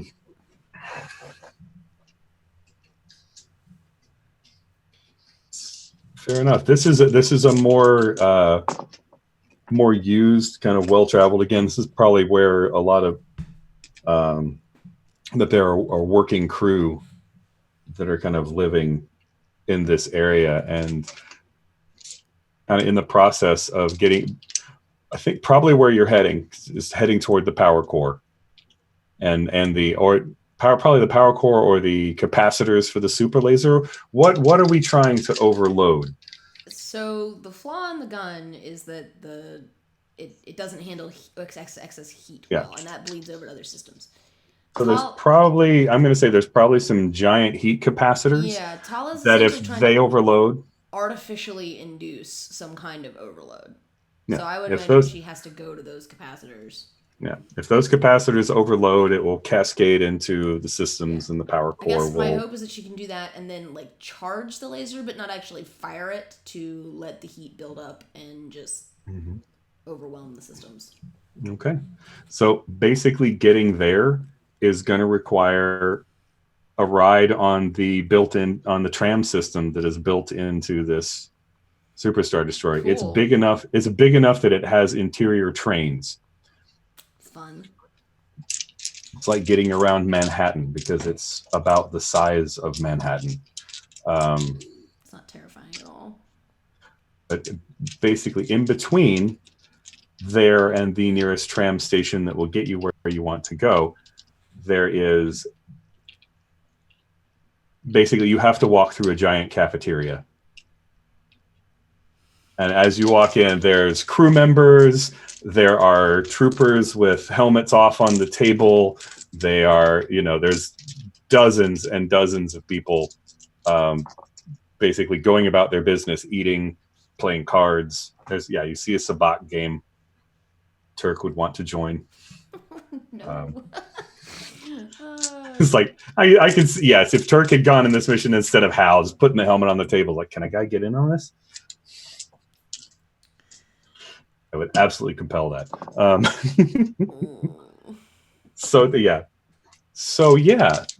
Basically, you kind of come to the door, it opens, and you see this vista of people, and the door you want is on the far side. Nice little lane in between all the tables that you can walk through. With confidence. Yeah, so our options here are either walk with confidence directly to the door, or stop and get food and then like mosey our way over to the door. Maybe. Yeah, I was say, how do you approach this?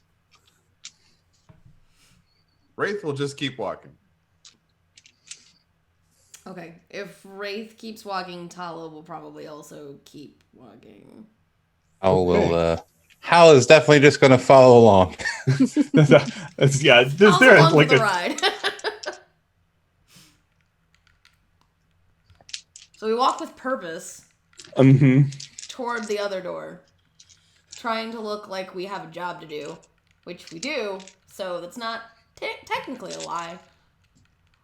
Okay, this sounds like you're being bold and daring and basically flashy.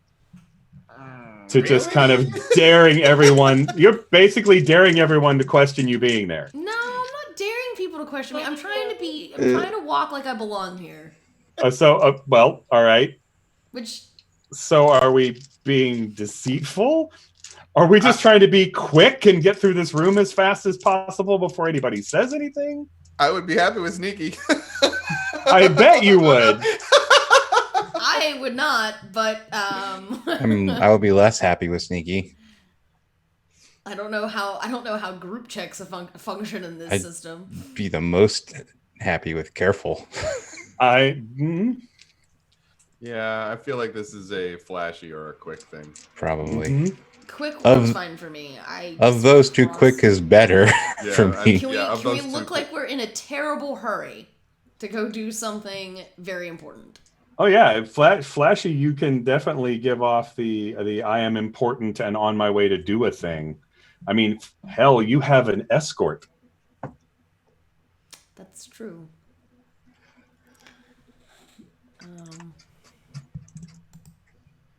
I don't know. What do y'all think? Flashy's better than sneaky for me personally, but not by a lot.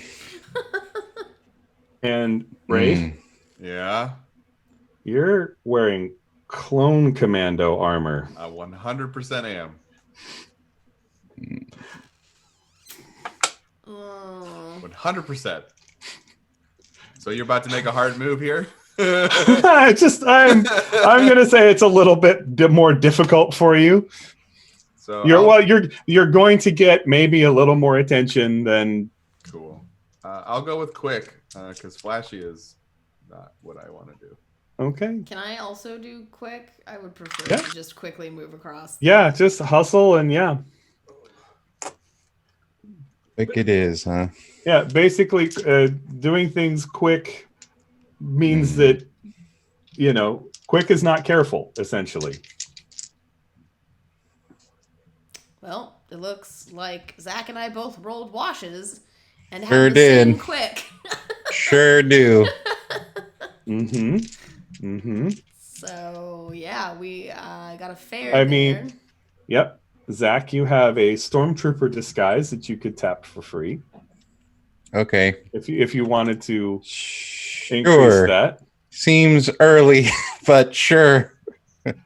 Yeah, I only got 3 fate points. I am gonna let my +1 quick ride. That's not a good idea, but I don't think a +3 is gonna work. Yeah, I'll tap Stormtrooper disguise Okay. to pump my quick to a 4. I will also spend a fate point and tap X Imperial Science. No, I want to keep that one for now. Oh, fine. I will tap that X Imperial Science Officer to mimic the posture I think I need to have and Okay.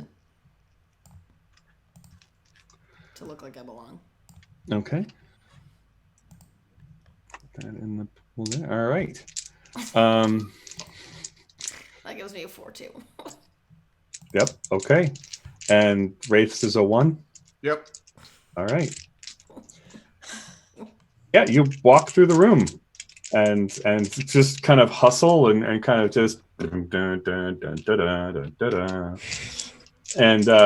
basically cut through the door.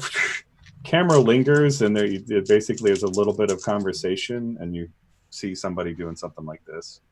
And the camera wipes to where you are further down the hallway, and basically cutting to arriving at the tube station. Okay. Didn't get to throw my bagel at anybody. We hop on the tube. Best sound effect ever. Bagel. I should watch that movie again. I have it queued up for the PlayStation 4. My Spider-Man. But anyway. So what's happening in space there, Jay? Well, back in the Ganon system, the Vagabond taken into the hangar and brought on board the big Mon Calamari vessel, so you get a chance to meet some of the folks. And Akbar. nope. But dang it. I had it. There we His are. cousin Snack Bar. Snack bar, yes. Oh my god. I really want to take a fate point away from you for that. But I am not going to. Oh man.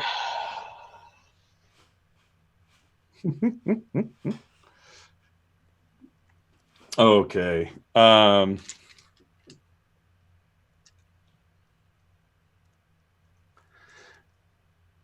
But you actually are escorted to meet a Mon Calamari captain of the vessel. His name, he's introduced as Captain Mamoon, and welcome aboard. I understand you are the Fulcrum's agents in system.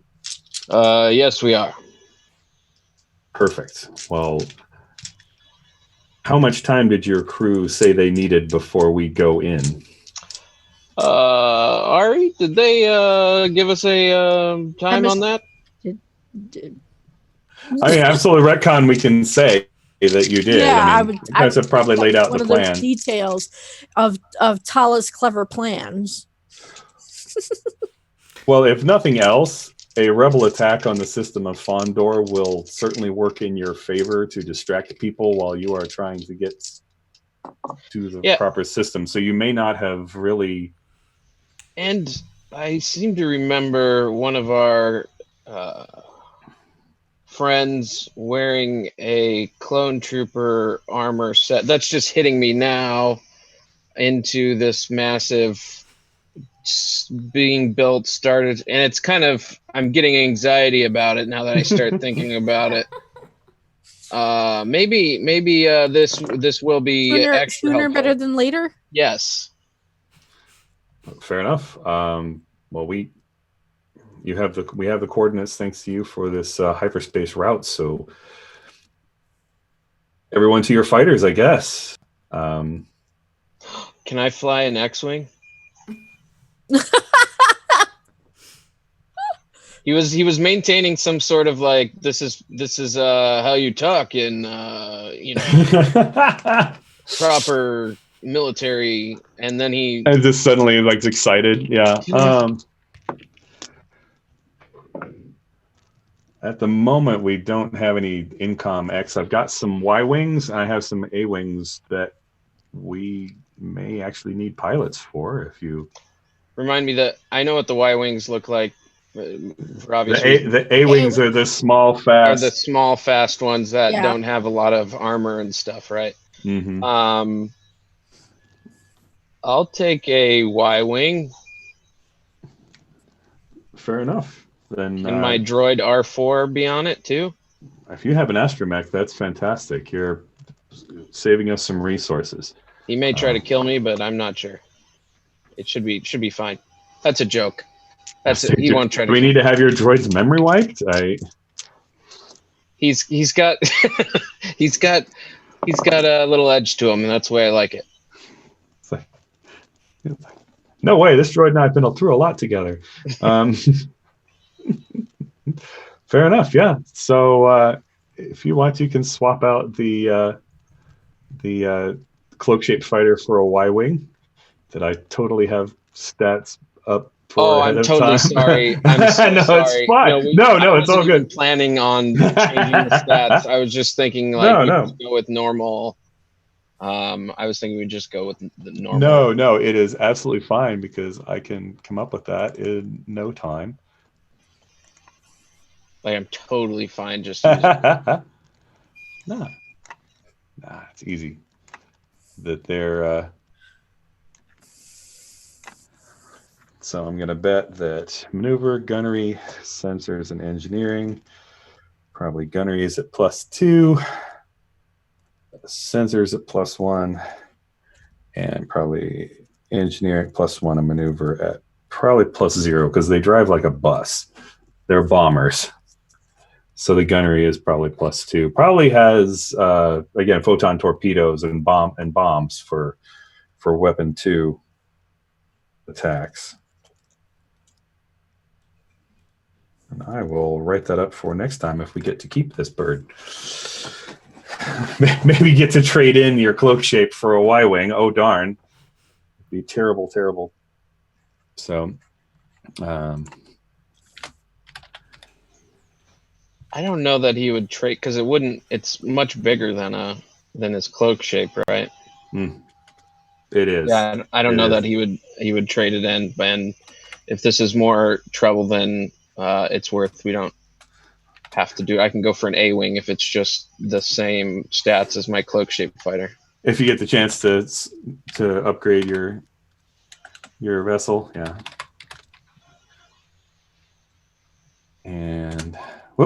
And sorry.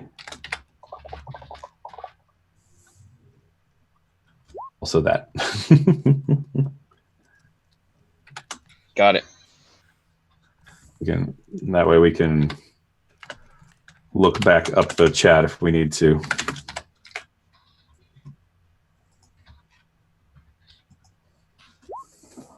All right, cool. So yeah, basically shortly thereafter, then yeah, there's like welcome to Phoenix Squadron, Phoenix 9. You can call me Niner. Will do, Niner. Welcome aboard. And basically, it's a group of A-wings and another squadron of X-wings, and basically the Mon Calamari and a couple of Hammerheads, and they all kind of go to that, and kind of the circle cut back to the platform where the train is arriving. They take you to the power core. You guys kind of standing there, and there are a couple of other people arriving as well, and basically waiting for the train at a tram station. And yeah, basically for those of you who aren't Tala and don't know the way around, there's like maps of where the tram system goes, and there's like basically the entire length of the ship. It's like engineering and garrison area, hangar bays, bridge, all that other good stuff. So and weapons systems. So Al will lean over to Wraith because you said there's other people with us, right? Mm-hmm. How do you breathe in this thing? Is it always this stuffy? Wraith leans over and like adjusts something on the bottom of the bucket, and it just like those recirculators start. Oh, that's way better. Suit air conditioning comes on. Yeah. Shinies. Tala like gently just like quiet on the corner around. Yeah, there are a couple of like stormtroopers at just two as kind of just like the platform security patrol, and they kind of glance over.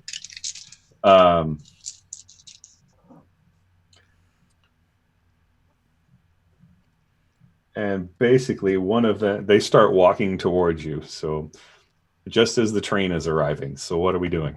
Oh, we're hopping on the train. So, Jay. Mm-hmm. Uh-oh. A la Scum and Villainy. Mm-hmm. Can we have a brief flashback where we were walking towards the tram and Wraith Absolutely. did a thing? Mm-hmm. So we stole some thermal detonators a while ago. Mm-hmm. And so as those two stormtroopers coming over, Wraith will turn to them and be like turn his bucket to the side to like look past them, and he'll stereotypically push a detonator, and explosions come down a different hallway, and Wraith will say, "Rebels!" and point the other way.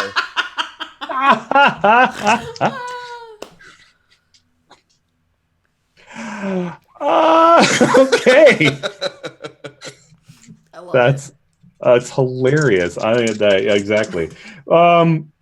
Yeah, I rolled a -3, so they are like, "Oh my god, call it in! Everyone, get cover!" Well handled. It. It's guns come out, and they're like, and head towards the hallway where smoke is just billowing out, and basically the train pulls in, tram doors open, mind the gap. We mind the gap. And step onto the train. Yep. But yeah, on the platform, there are klaxons going. So much for doing this quietly. The automated train starts rolling on its own. Wraith pulls up the other thermal detonators. Like, don't worry. It wasn't me this time. And there's probably on the bridge, there's someone in one of those the bays, which are not. It's the Superstar Destroyer bridge that has the walkways, and everybody's kind of in a couple of bays below. Not all of them are occupied, because some of them, the bays are there, but there isn't a workstation, or they've got part of the workstation built but no computers, that kind of thing. But they are, part of it is up and running, and you cut away to see an Imperial officer kind of looking up at someone. Says, "Admiral, we've got reports of an explosion in the garrison section of the ship." And the Admiral says, "Well, okay, send troops to investigate, and I'll report that in." And then he kind of turns to do that and says, and yeah, basically he turns and kind of sliding towards him in this black cloak and helmet. It's like, is something wrong? No, ma'am. We've had some sort of explosive malfunction. I'm sending troops to check it out. I see. Carry on. And the white mask is just impassive with this little smile on it. But you can hear kind of a deep sigh behind it. As,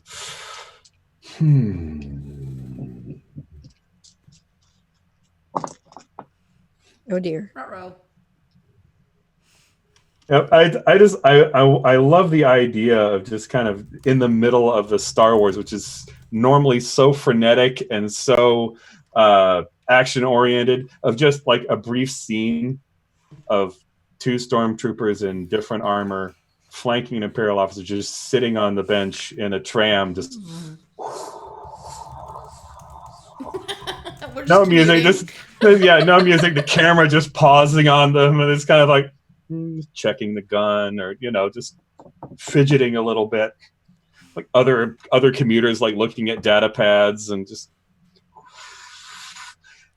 cutting to space, where out of that secret hyperspace lane, just these capital ships and fighters just start launching into normal space and peeling off towards the patrol corvette, which just immediately starts taking fire from a hammerhead cruiser. And yeah, the poor guys on that corvette are like, "We're under fire. Some kind of incursion. Insurgent ships are in the system."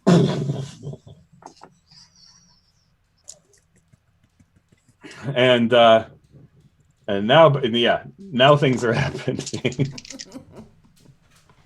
And it's probably, and it's just a brief cut to probably Ari's house, where her father is, having dinner or something, and there's just this in the distant sky, just a little.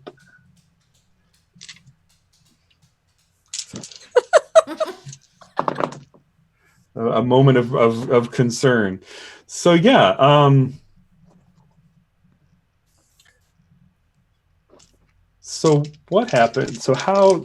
I guess what's gonna there's a patrol of stormtroopers coming through the cars of the tram before you get there. So what is our plan for dealing with them? Combat is fine. I'm okay with that.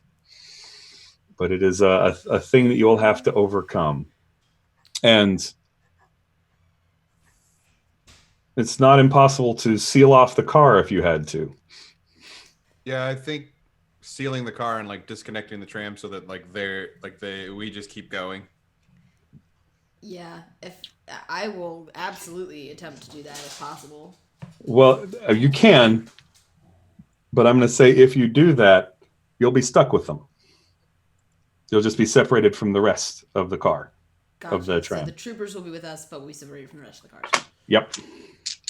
They won't get any reinforcement. You'll have to deal with these four guys, but you'll have no reinforcement. Deal with 4 troopers, right? Mm-hmm. Probably. Yeah. Okay. All right. So yeah, Tala will start the process of disconnecting the cars. Okay. And relying on Wraith and Hal to deal with the stormtroopers. Yeah. Basically, they approached Wraith and it's like, "Trooper, what's your unit?" Can I overcome that obstacle with a Rotha manual? I could. Oh no, I know what unit I'm from. 501st.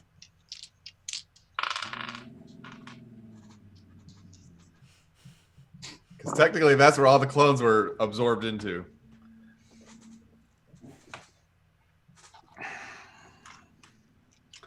All right.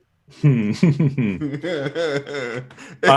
a lie by truth. Yep, it is. I guess go ahead and make that sneaky. Okay. I mean, you're convincing. You're being deceitful, I guess.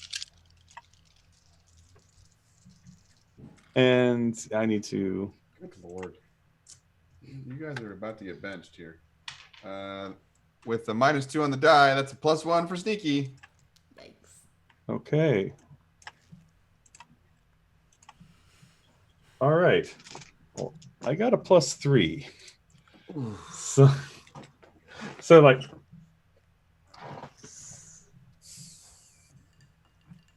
The escort is with the Inquisitor on the bridge. What are you doing here? You start going for guns. Yeah, I think the seat is like, what are you doing here? And they like start to raise their blasters, and Wraith's just like with his hand on his blaster, it's like holds it like side like hip shot, and just like following my conscience. Well, yeah, that absolutely will be a use of your stunt for sure. Yeah, I'm going first. Going first and being sneaky. They do not expect you to shoot them. Hey, dice, don't screw up. God dang it! Oh, look at that! You talk to them and they do well. That's a +2 on the die. Or it's just because you're in combat now. Yeah, exactly. I'm about to murder some stuff. So I get +2 with that. That's 4, and sneaky is +2. So that's 7. What do they roll for defense? Can I know that before I add fate points? They roll a 6 Ooh. as a group, basically to. Yeah, I'll Spark of the Rebellion that to a 9. Okay.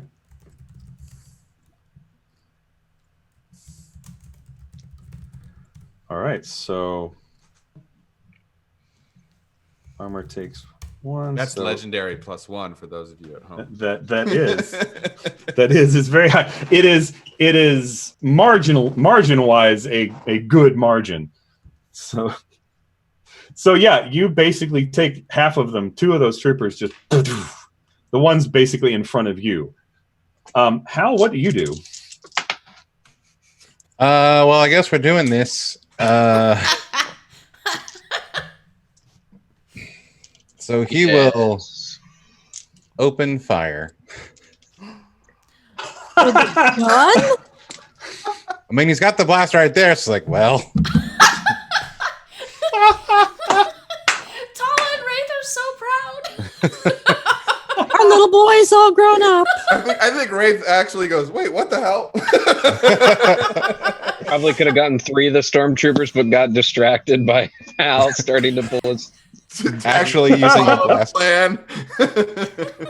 Was very distracting. Pew pew. I love that this is Hal's like emotional arc of this season. That's like, from... Is learning to not use his lightsaber and the Force all the damn time. I guess he's probably firing with quick to try to just like all right. Because he also is caught off guard by Ray Sudden like we're doing this. Follow my conscious bang bang. Oh no, okay.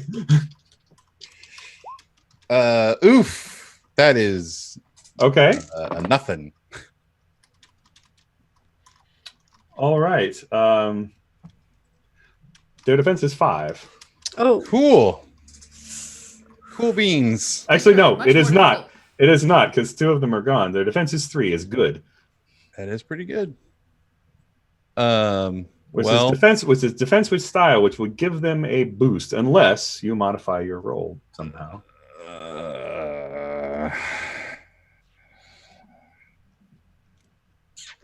I mean, using a blaster is not something a real Jedi would Nope. do. Yeah, sure. I can spend a fate point here and tag not a real Jedi to bump it to a 2. Which would them still be beating you by 1. They won't get a boost. But they won't get a boost. Yep. Okay. Denying them that bonus. Fair enough. And Tala. What would you like to do? So I would like to decouple the cars. Okay, fair enough. As Yep. discussed. Yep, that's right. Yeah, so basically, yeah, Tala's up at the front and Tala just like ducks behind some chairs and starts tapping away at her data pad. So can I roll clever for that? Do I need to roll? make that overcome. I can't see it, but it is. Okay, so that's a 4. Absolutely. Yeah, just they behind the troopers and behind Tala, who's basically on the lead closest to the engine of this. There's just actually no, you'd be near the detached. So, but yeah, the back probably 4 cars of this 6-car tram just kind of start separating away because they are not being pulled with any speed. They're just kind of have their momentum to coast, probably to a stop until the next train hits them, or some computer override prevents that. And if I am able, I would also like to start charging my weapon just in case that Wraith and Hal don't murder the rest of these stormtroopers. I have a feeling Probably occupied detaching the train this Fair round. enough. All So right. yeah, fair. That's probably going to take most of that. Traditionally 6 second. I don't know. The exchanges don't have to be like that, but that's fine.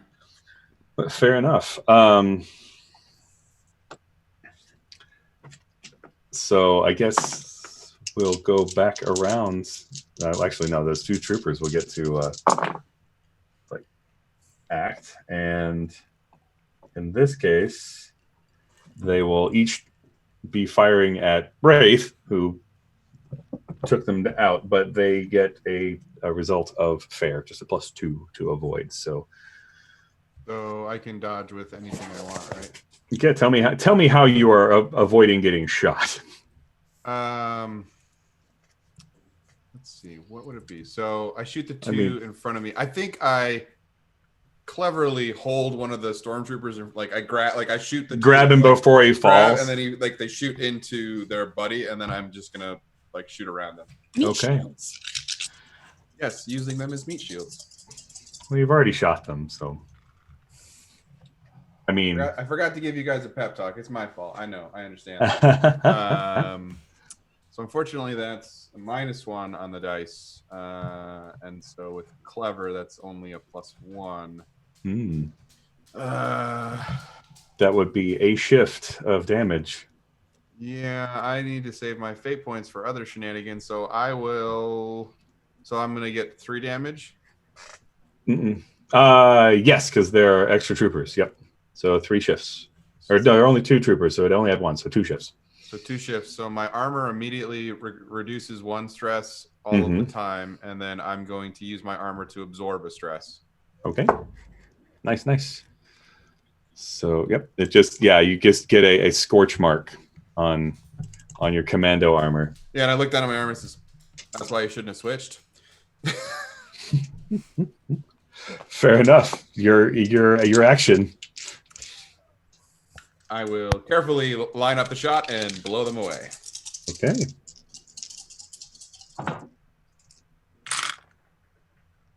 Oh, that was almost a +4 on the dice.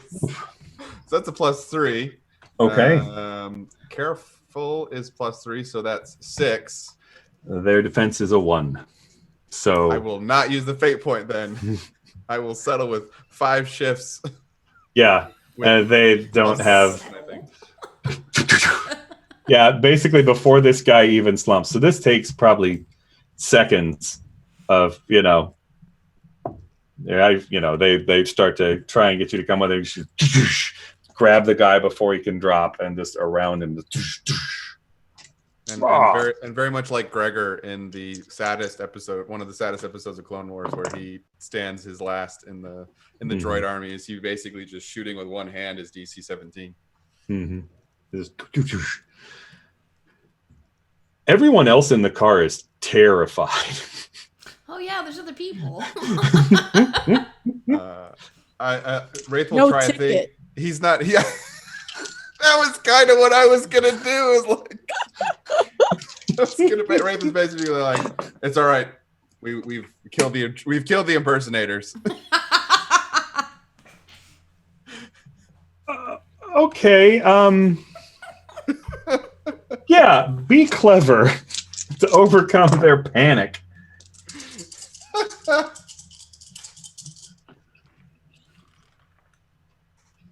Damn. Okay. That's a +2 on the dice.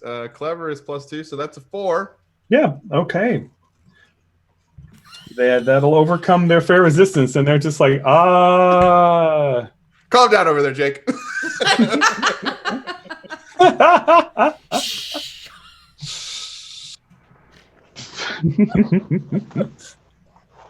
Awesome. Yep.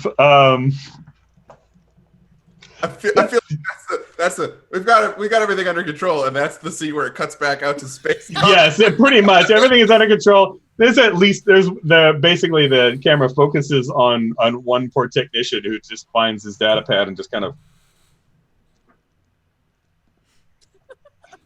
focusing on some article, any article that he could possibly read, and just kind of like, I just seen somebody mugged on the subway. Am I going to report that? No, I am not.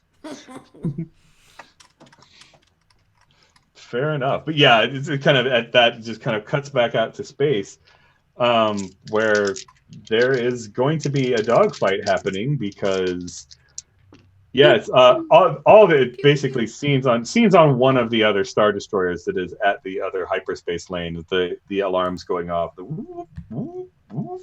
You kind of from outer space, you'd see the TIE fighters just pouring out of the hangar bays. So, yeah. So at least, yes. What's 72 times 6? A lot of TIE fighters. Wow. A lot of TIE fighters. And 400 and something, right? that's, yeah. But there's also a lot of starfighters on your side too. So I think between the two squadrons, or the two groups of Phoenix Squadron, compose almost about 16 starfighters. Well, and also all of their ships have shields, and none of the Right, and TIE none of the fighters TIE have fighters shields. have any shields at all. So there's going to be, I am probably going to actually do this kind of as a challenge, that you're preventing, your job is distracting the Imperial forces in Fondor so your strike team can complete their mission, kind of thing. Also, doing as much damage to the Star Destroyers and the actually in your cockpit, Phoenix 9. Our side mission here is to do as much possible damage to the shipyard as we possibly can. So prepare your bombing runs, gentlemen. So basically, I'm going to just kind of do it as an overcome, piloting or gunnery, whichever you feel is better, to get, at least for Jake, to get between where you are and the ring around Fondor where the shipyard is, just kind of staying in formation. In fact, the formation is going to give you a bonus of +2, which may get whittled down as ships get destroyed. But So if my gunnery's +2, and so how are you fighting? Are you cleverly? Cleverly? Okay. So if clever is higher than the gunnery of the ship, then you can bump that gunnery by 1. It is, yeah. So basically, the gunnery of your ship +3. So I rolled a mediocre, and then +3 is a good result. Okay. Yeah. Fair enough. Imperial forces. Okay. And -1 on that brings them to a 1. So you basically will have beaten them by 2. Some of the forces will be worn down. So tell me how you use this Y-wing to take out a couple of X-wings that are just in the swarm. Is it just a matter of there's so many of them it's hard to miss? Or I think it's a conversation between Turk and R4 where Turk is like, R4, what does a prepare bombing run mean? Do you know what that? Can you figure that out? Well, how do these guns work? And it's basically just R4 showing Just oh my god, yeah. Yeah, are you kidding me? You stupid organic. Yeah, It's like, yeah, you basically you're kind of flying in a straight line in formation while you get the tutorial. Like sections of the dashboard, R4 flashes them. So, it's like throttle. Yeah. And he's basically being very sarcastic and sardonic about it. It's like throttle, steering wheel. Yeah, it's like it's totally however droid speak is sarcastic, however that comes out. Yeah. It's a burr, burr, burr. Yeah. Very chopper like. Yeah, it was like yeah. Perfect. Excellent. And what's the Vagabonds' role here? Are you trying to protect the capital ships? Are you going in with the fighters to try and keep as many of them alive? I don't know how good of a fighting ship the Vagabond is, because isn't it just like a merchant ship? It is. But you have some shields, which is unusual for a YT-1300. You've got one level shields, and you're massively overgunned for a YT-1300, and probably have. I know you've got Hickson on one turret, and have probably been given a couple of people from from one of the hammerheads to pilot the other two. I will.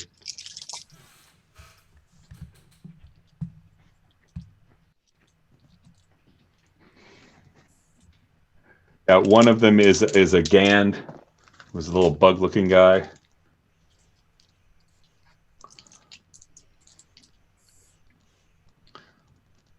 I don't know if you had time to meet him, but yeah, you have a Gand, and the other is a Corellian, a human, and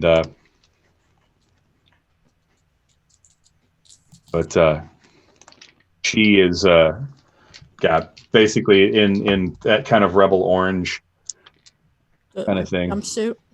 Mm-hmm.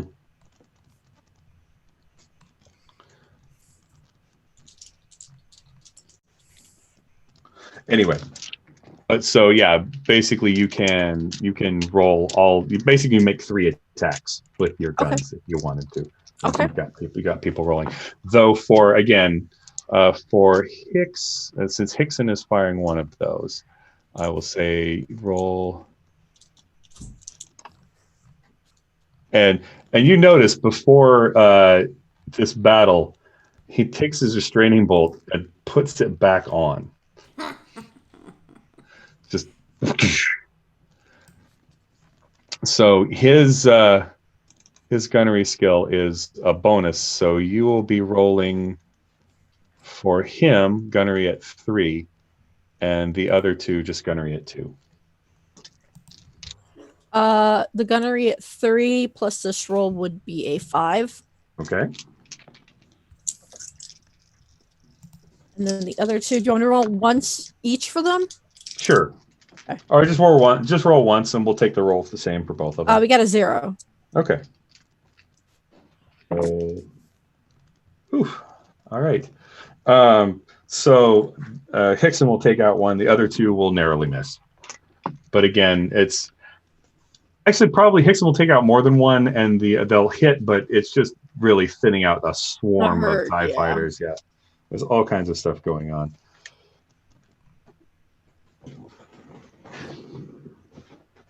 But fair enough. So when you are pulling into the tram station,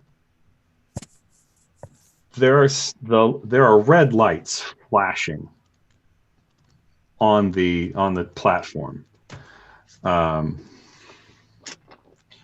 and troopers there as well.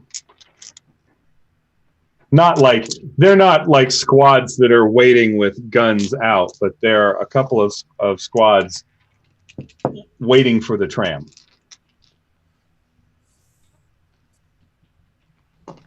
We'll just try to leave. Hey, say nothing, act casual. Tell me how we're overcoming. It's like, because there's going to be you there. Where's the rest of the tram? Whoa. So can I? Is it clever to do this? Wrote the manual. I forget what. Yeah, that I believe you're no, stunned. it's careful. I can't be clever. But I can be. Oh, why did I put them both as careful? That's silly. Huh.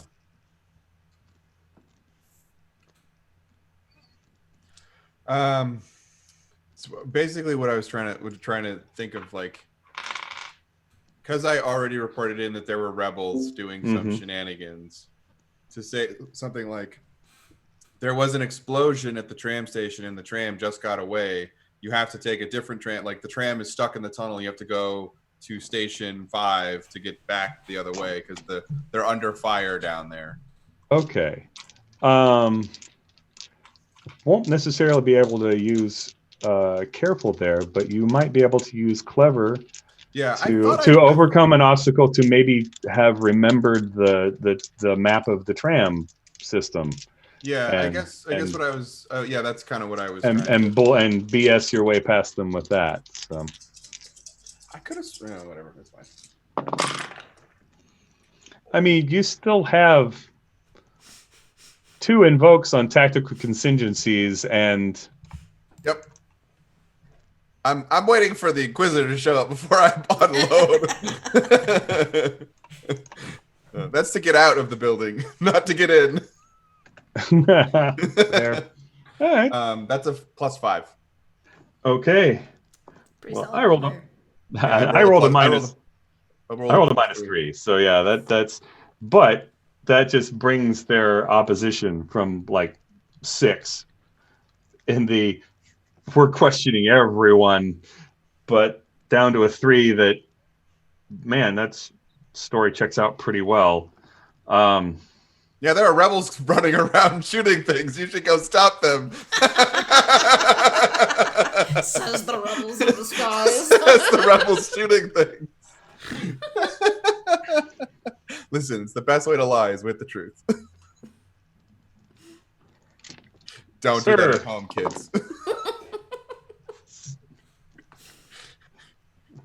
Sir, and basically they all kind of, they're going to board the tram because it's still running, but they won't be all actually, yeah, no, they can all crowd in. Because there's like 2 squads of 8, so that's tight, but you didn't happen to leave them a present or anything. So I have a question for you from like Wraith's perspective. This is a character question. Like, when they get on that tram and they see the dead bodies, they're immediately going to be like, "Wait, right?" Like, like that guy. So yeah, I would have left the thermo detonator behind and just kept walking. Fair enough. Yep. And maybe Tala and Hal, like, what are they going to do when they find the bodies? Yeah. Cool rebels don't look at explosions. So you guys are kind of up the stairs out of the tram station. It's like, what do they do if they find the? Which then the explosion cuts to a TIE fighter exploding. That TIE fighter explosion and space battle continues. And yeah, you can see that the Star Destroyers and the Mon Calamari, one is basically kind of going up against one another. Just turbo laser on turbo laser action. 2 of the hammerheads are kind of trying to flank another Star Destroyer. The battle is kind of spreading out and kind of all in system, and you can see smaller vessels starting to pull away from the spaceport and the ring around Fondor, and it will shortly start to be very, very, very one-sided. Things aren't looking great. There's like you're watching as one of the Y-wings like nearby you, just as you're headed towards, you're almost near the ring. So next, when we kind of back around to exchange, we'll make a bombing run. One of them doesn't make it, just because there are so many turbo laser batteries on that ring around Fondor. I mean, the batteries on batteries on batteries. Just it's a shipyard. Imperial shipyard has never been taken by anyone other. It hasn't ever happened. Anyway, yeah. Basically, there's some attrition. You kind of see some of the A-wings of Phoenix Squadron just taking out TIE fighters in the process, but getting whittled out. So it's one of those. The score is kind of got that little down note of things are looking bad before they get better, etc., and all that good stuff. Let's bomb this thing. Yep. Fair enough. Yeah, go ahead and make me an attack run on the shipyard. Basically, probably finding something that looks vital, like a Star Destroyer that's still clamped in the docking area or whatever. So is that just a gunnery? Mm-hmm. Okay. Just an unopposed gunnery attack. I want to see just. Oh. I will Yeah. tag an aspect. Sometimes I maze myself. Mm-hmm. And then do this. And I'm going to re-roll. Nah, I shouldn't re-roll that. I should just add 2. Mm-hmm. That's a fair result. And those bombs are weapon 2. It's 4 shifts. Basically, you just unload. It's one of those where you get a picture of also how big the Star Destroyer is compared to the Y-Wing, but it's just kind of like a Star Wars, how Star Wars leans on old war films. It's kind of like Vietnam dropping the carpet bombing, just napalm. Yeah, there's just explosions just kind of trailing in the wake as the Y-Wing blasts by with the Y-Wing engine sound. That's just fire just leaping from the surface of that Star Destroyer as it goes by. Good shot, Phoenix 9. Thank you. I first time doing this, so I guess it was luck or something. I don't know. Good luck. May the Force be with you. And you as well. Fair enough. So, yep. Arriving finally at the weapons, and it's one of those where the door opens, and this is a gigantic open space. Kind of that the banks are kind of that big coil capacitors, only they're like 60 stories high above and below these platform levels. They're it's Are there it's oh God, no. There is no such thing as OSHA in the Empire. There are platform, there's walkways and platforms, and on levels below there are walkways and platforms at different angles, so that if you were to have some kind of fight or duel, it would be entirely possible to fall off one and land on another, and that kind of thing. But yeah, you can basically see the beginnings, the power, the butt of this giant super laser in one direction, and kind of in the other way down a huge corridor that's kind of angular shaped, kind of like this, and there's just panel after panel after panel, but there's a space open where you can see the power core of the ship as well. It wouldn't be impossible to fly a ship through here. Well, that's going to be important later. I mean, it's built on that kind of scale. This is essentially a trial run of the same kind of a scaled down probably, but a trial run of the same kind of super laser that they built into they're planning on building into a big station elsewhere in the galaxy. So it's just on that kind of scale. Okay. Tala is going to head for whatever control panel or of course, yeah, there's that central platform that has the banks of computers and correct. stuff like and that. Tala will kind of start plugging in there to try and, I guess, reroute as much of the heat as she can in the ship to the systems that can be easily overloaded by such things. And then once it's done, also try to at least charge the weapon, if not fire it, but charge it, so that also adds to the heat overload. Well, you know that there's a several step sequence to firing the super laser anyway. It takes several minutes, and yeah, I'm you sure gotta have a lot of guys with those fun helmets that have to point at each other and correct. throw switches and stuff like that. So that's the time we're going to use to get out of here. It's entirely possible. Yeah, you basically, and you can kind of start seeing this red glow in the capacitors, just kind of, and there's occasional lightning as power starts flowing through them. Okay. All right, so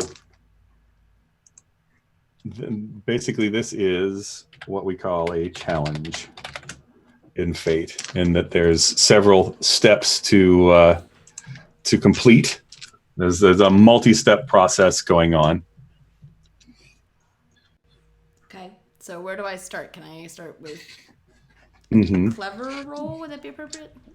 I mean, yeah, you're basically solving a puzzle of how to. The question you're answering is, how do I blow this thing? How do I blow this thing sky high? Or how do I set it to blow? Cool. So.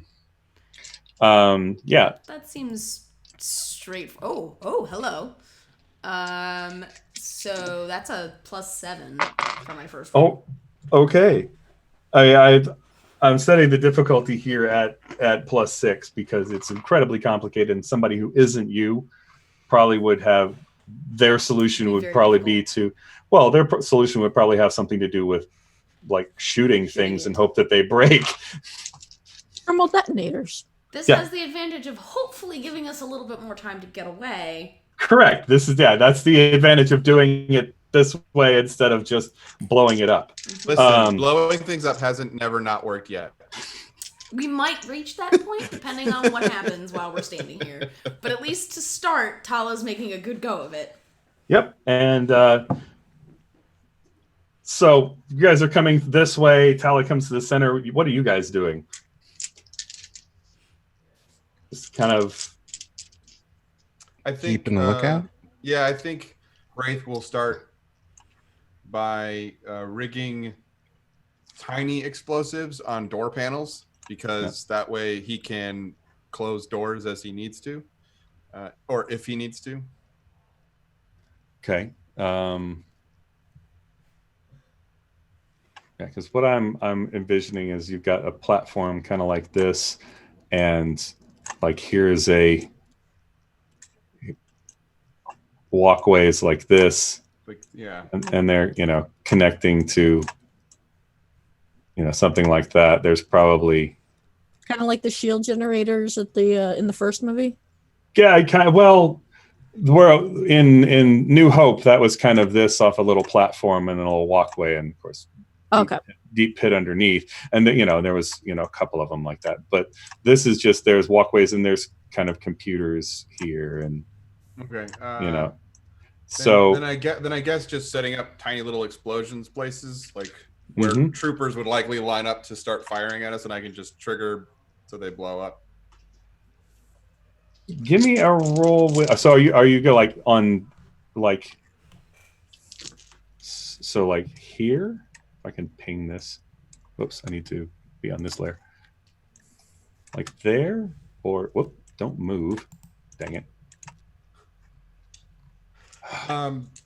Basically, I am setting up where I wait for Tala to pick her spot, because I don't know where Tala needs to be to work, and then I will set up wherever stormtroopers are going to come on the opposite side of, like, if they're going to like set up on a firing line across from us and start shooting at us. I want to be able to explode explosives. So I guess my question is, are you setting the explosives on the walkway on your end near this computer platform, or are you going to the far end of the platform to set them up there? I'm going to the far end to set them up over by where they might line up. Okay. You get about halfway, and that door opens, and sure enough, stormtroopers start pouring out. Okay. So that I am in the middle. Yup. And behind them. Oh no. Oh boy. Yeah. Crap. You see a red light just kind of come on, and behind those stormtroopers, like, huh.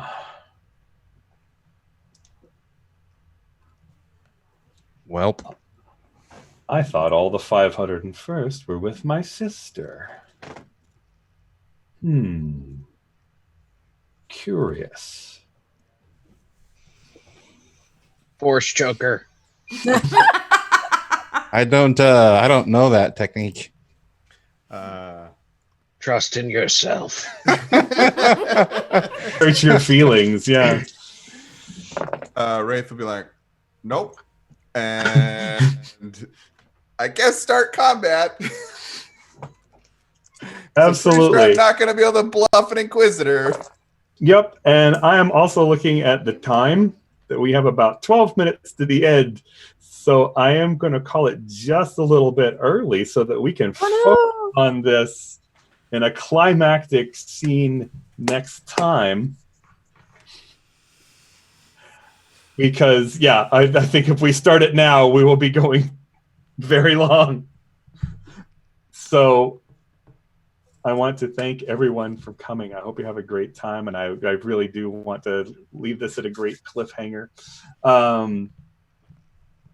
Though I will. Hal, are you going to fire up your lightsaber? Is that the last thing the camera sees before the wipe?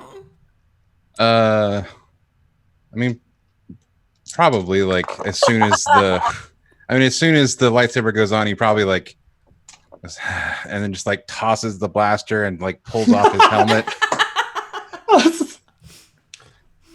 Perfect. Yeah. The helmet is just like, this is in my way. Yeah.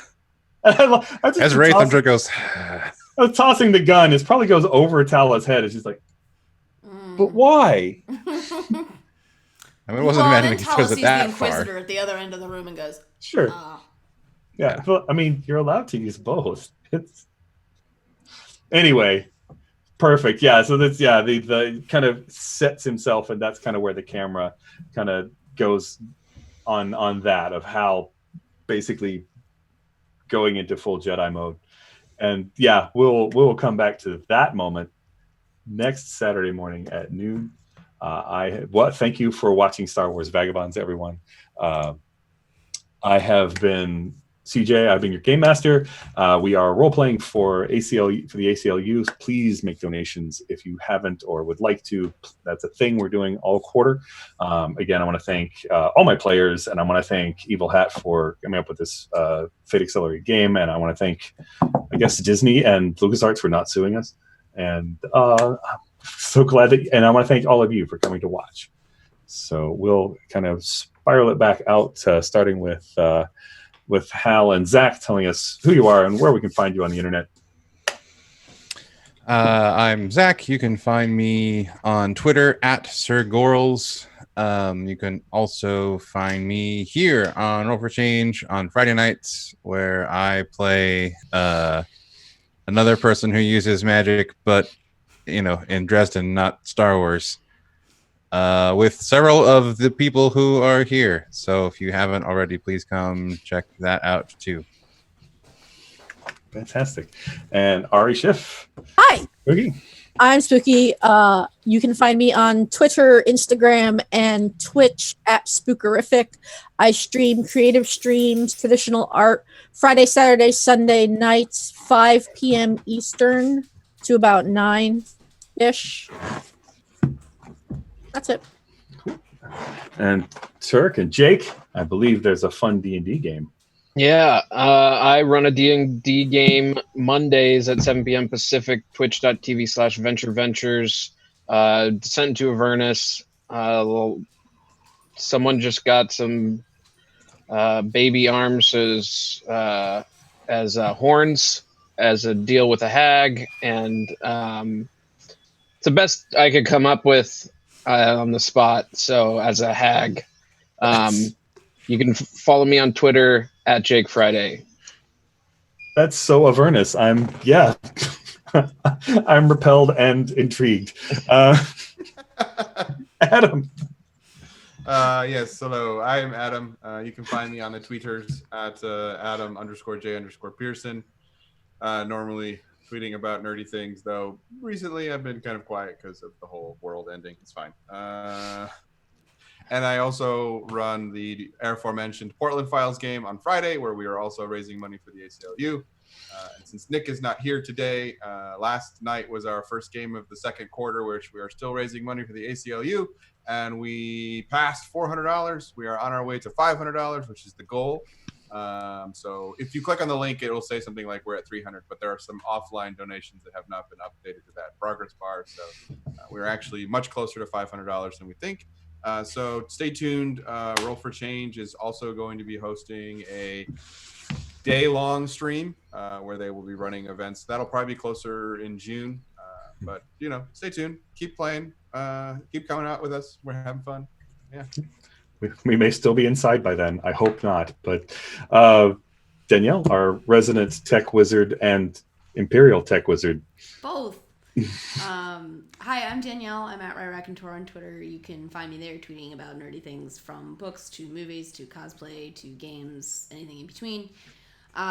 You can find me on Fridays with many of these lovely folks playing a actual wizard who is having some personal struggles at the moment. And you can find me tonight at 8 p.m. on at Otherdocs channel for the Edge of Paradox, an Invisible Sun game.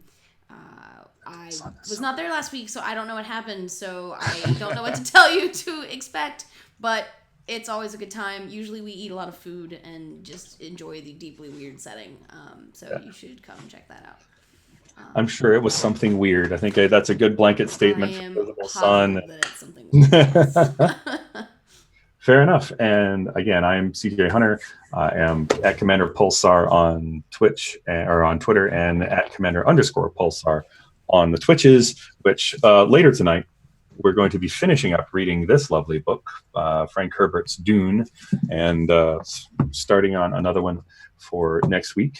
So I do that. I occasionally do video game and tabletop streams, things like that. So we will see you next time, everyone. Have a wonderful afternoon, and may the Force be with you.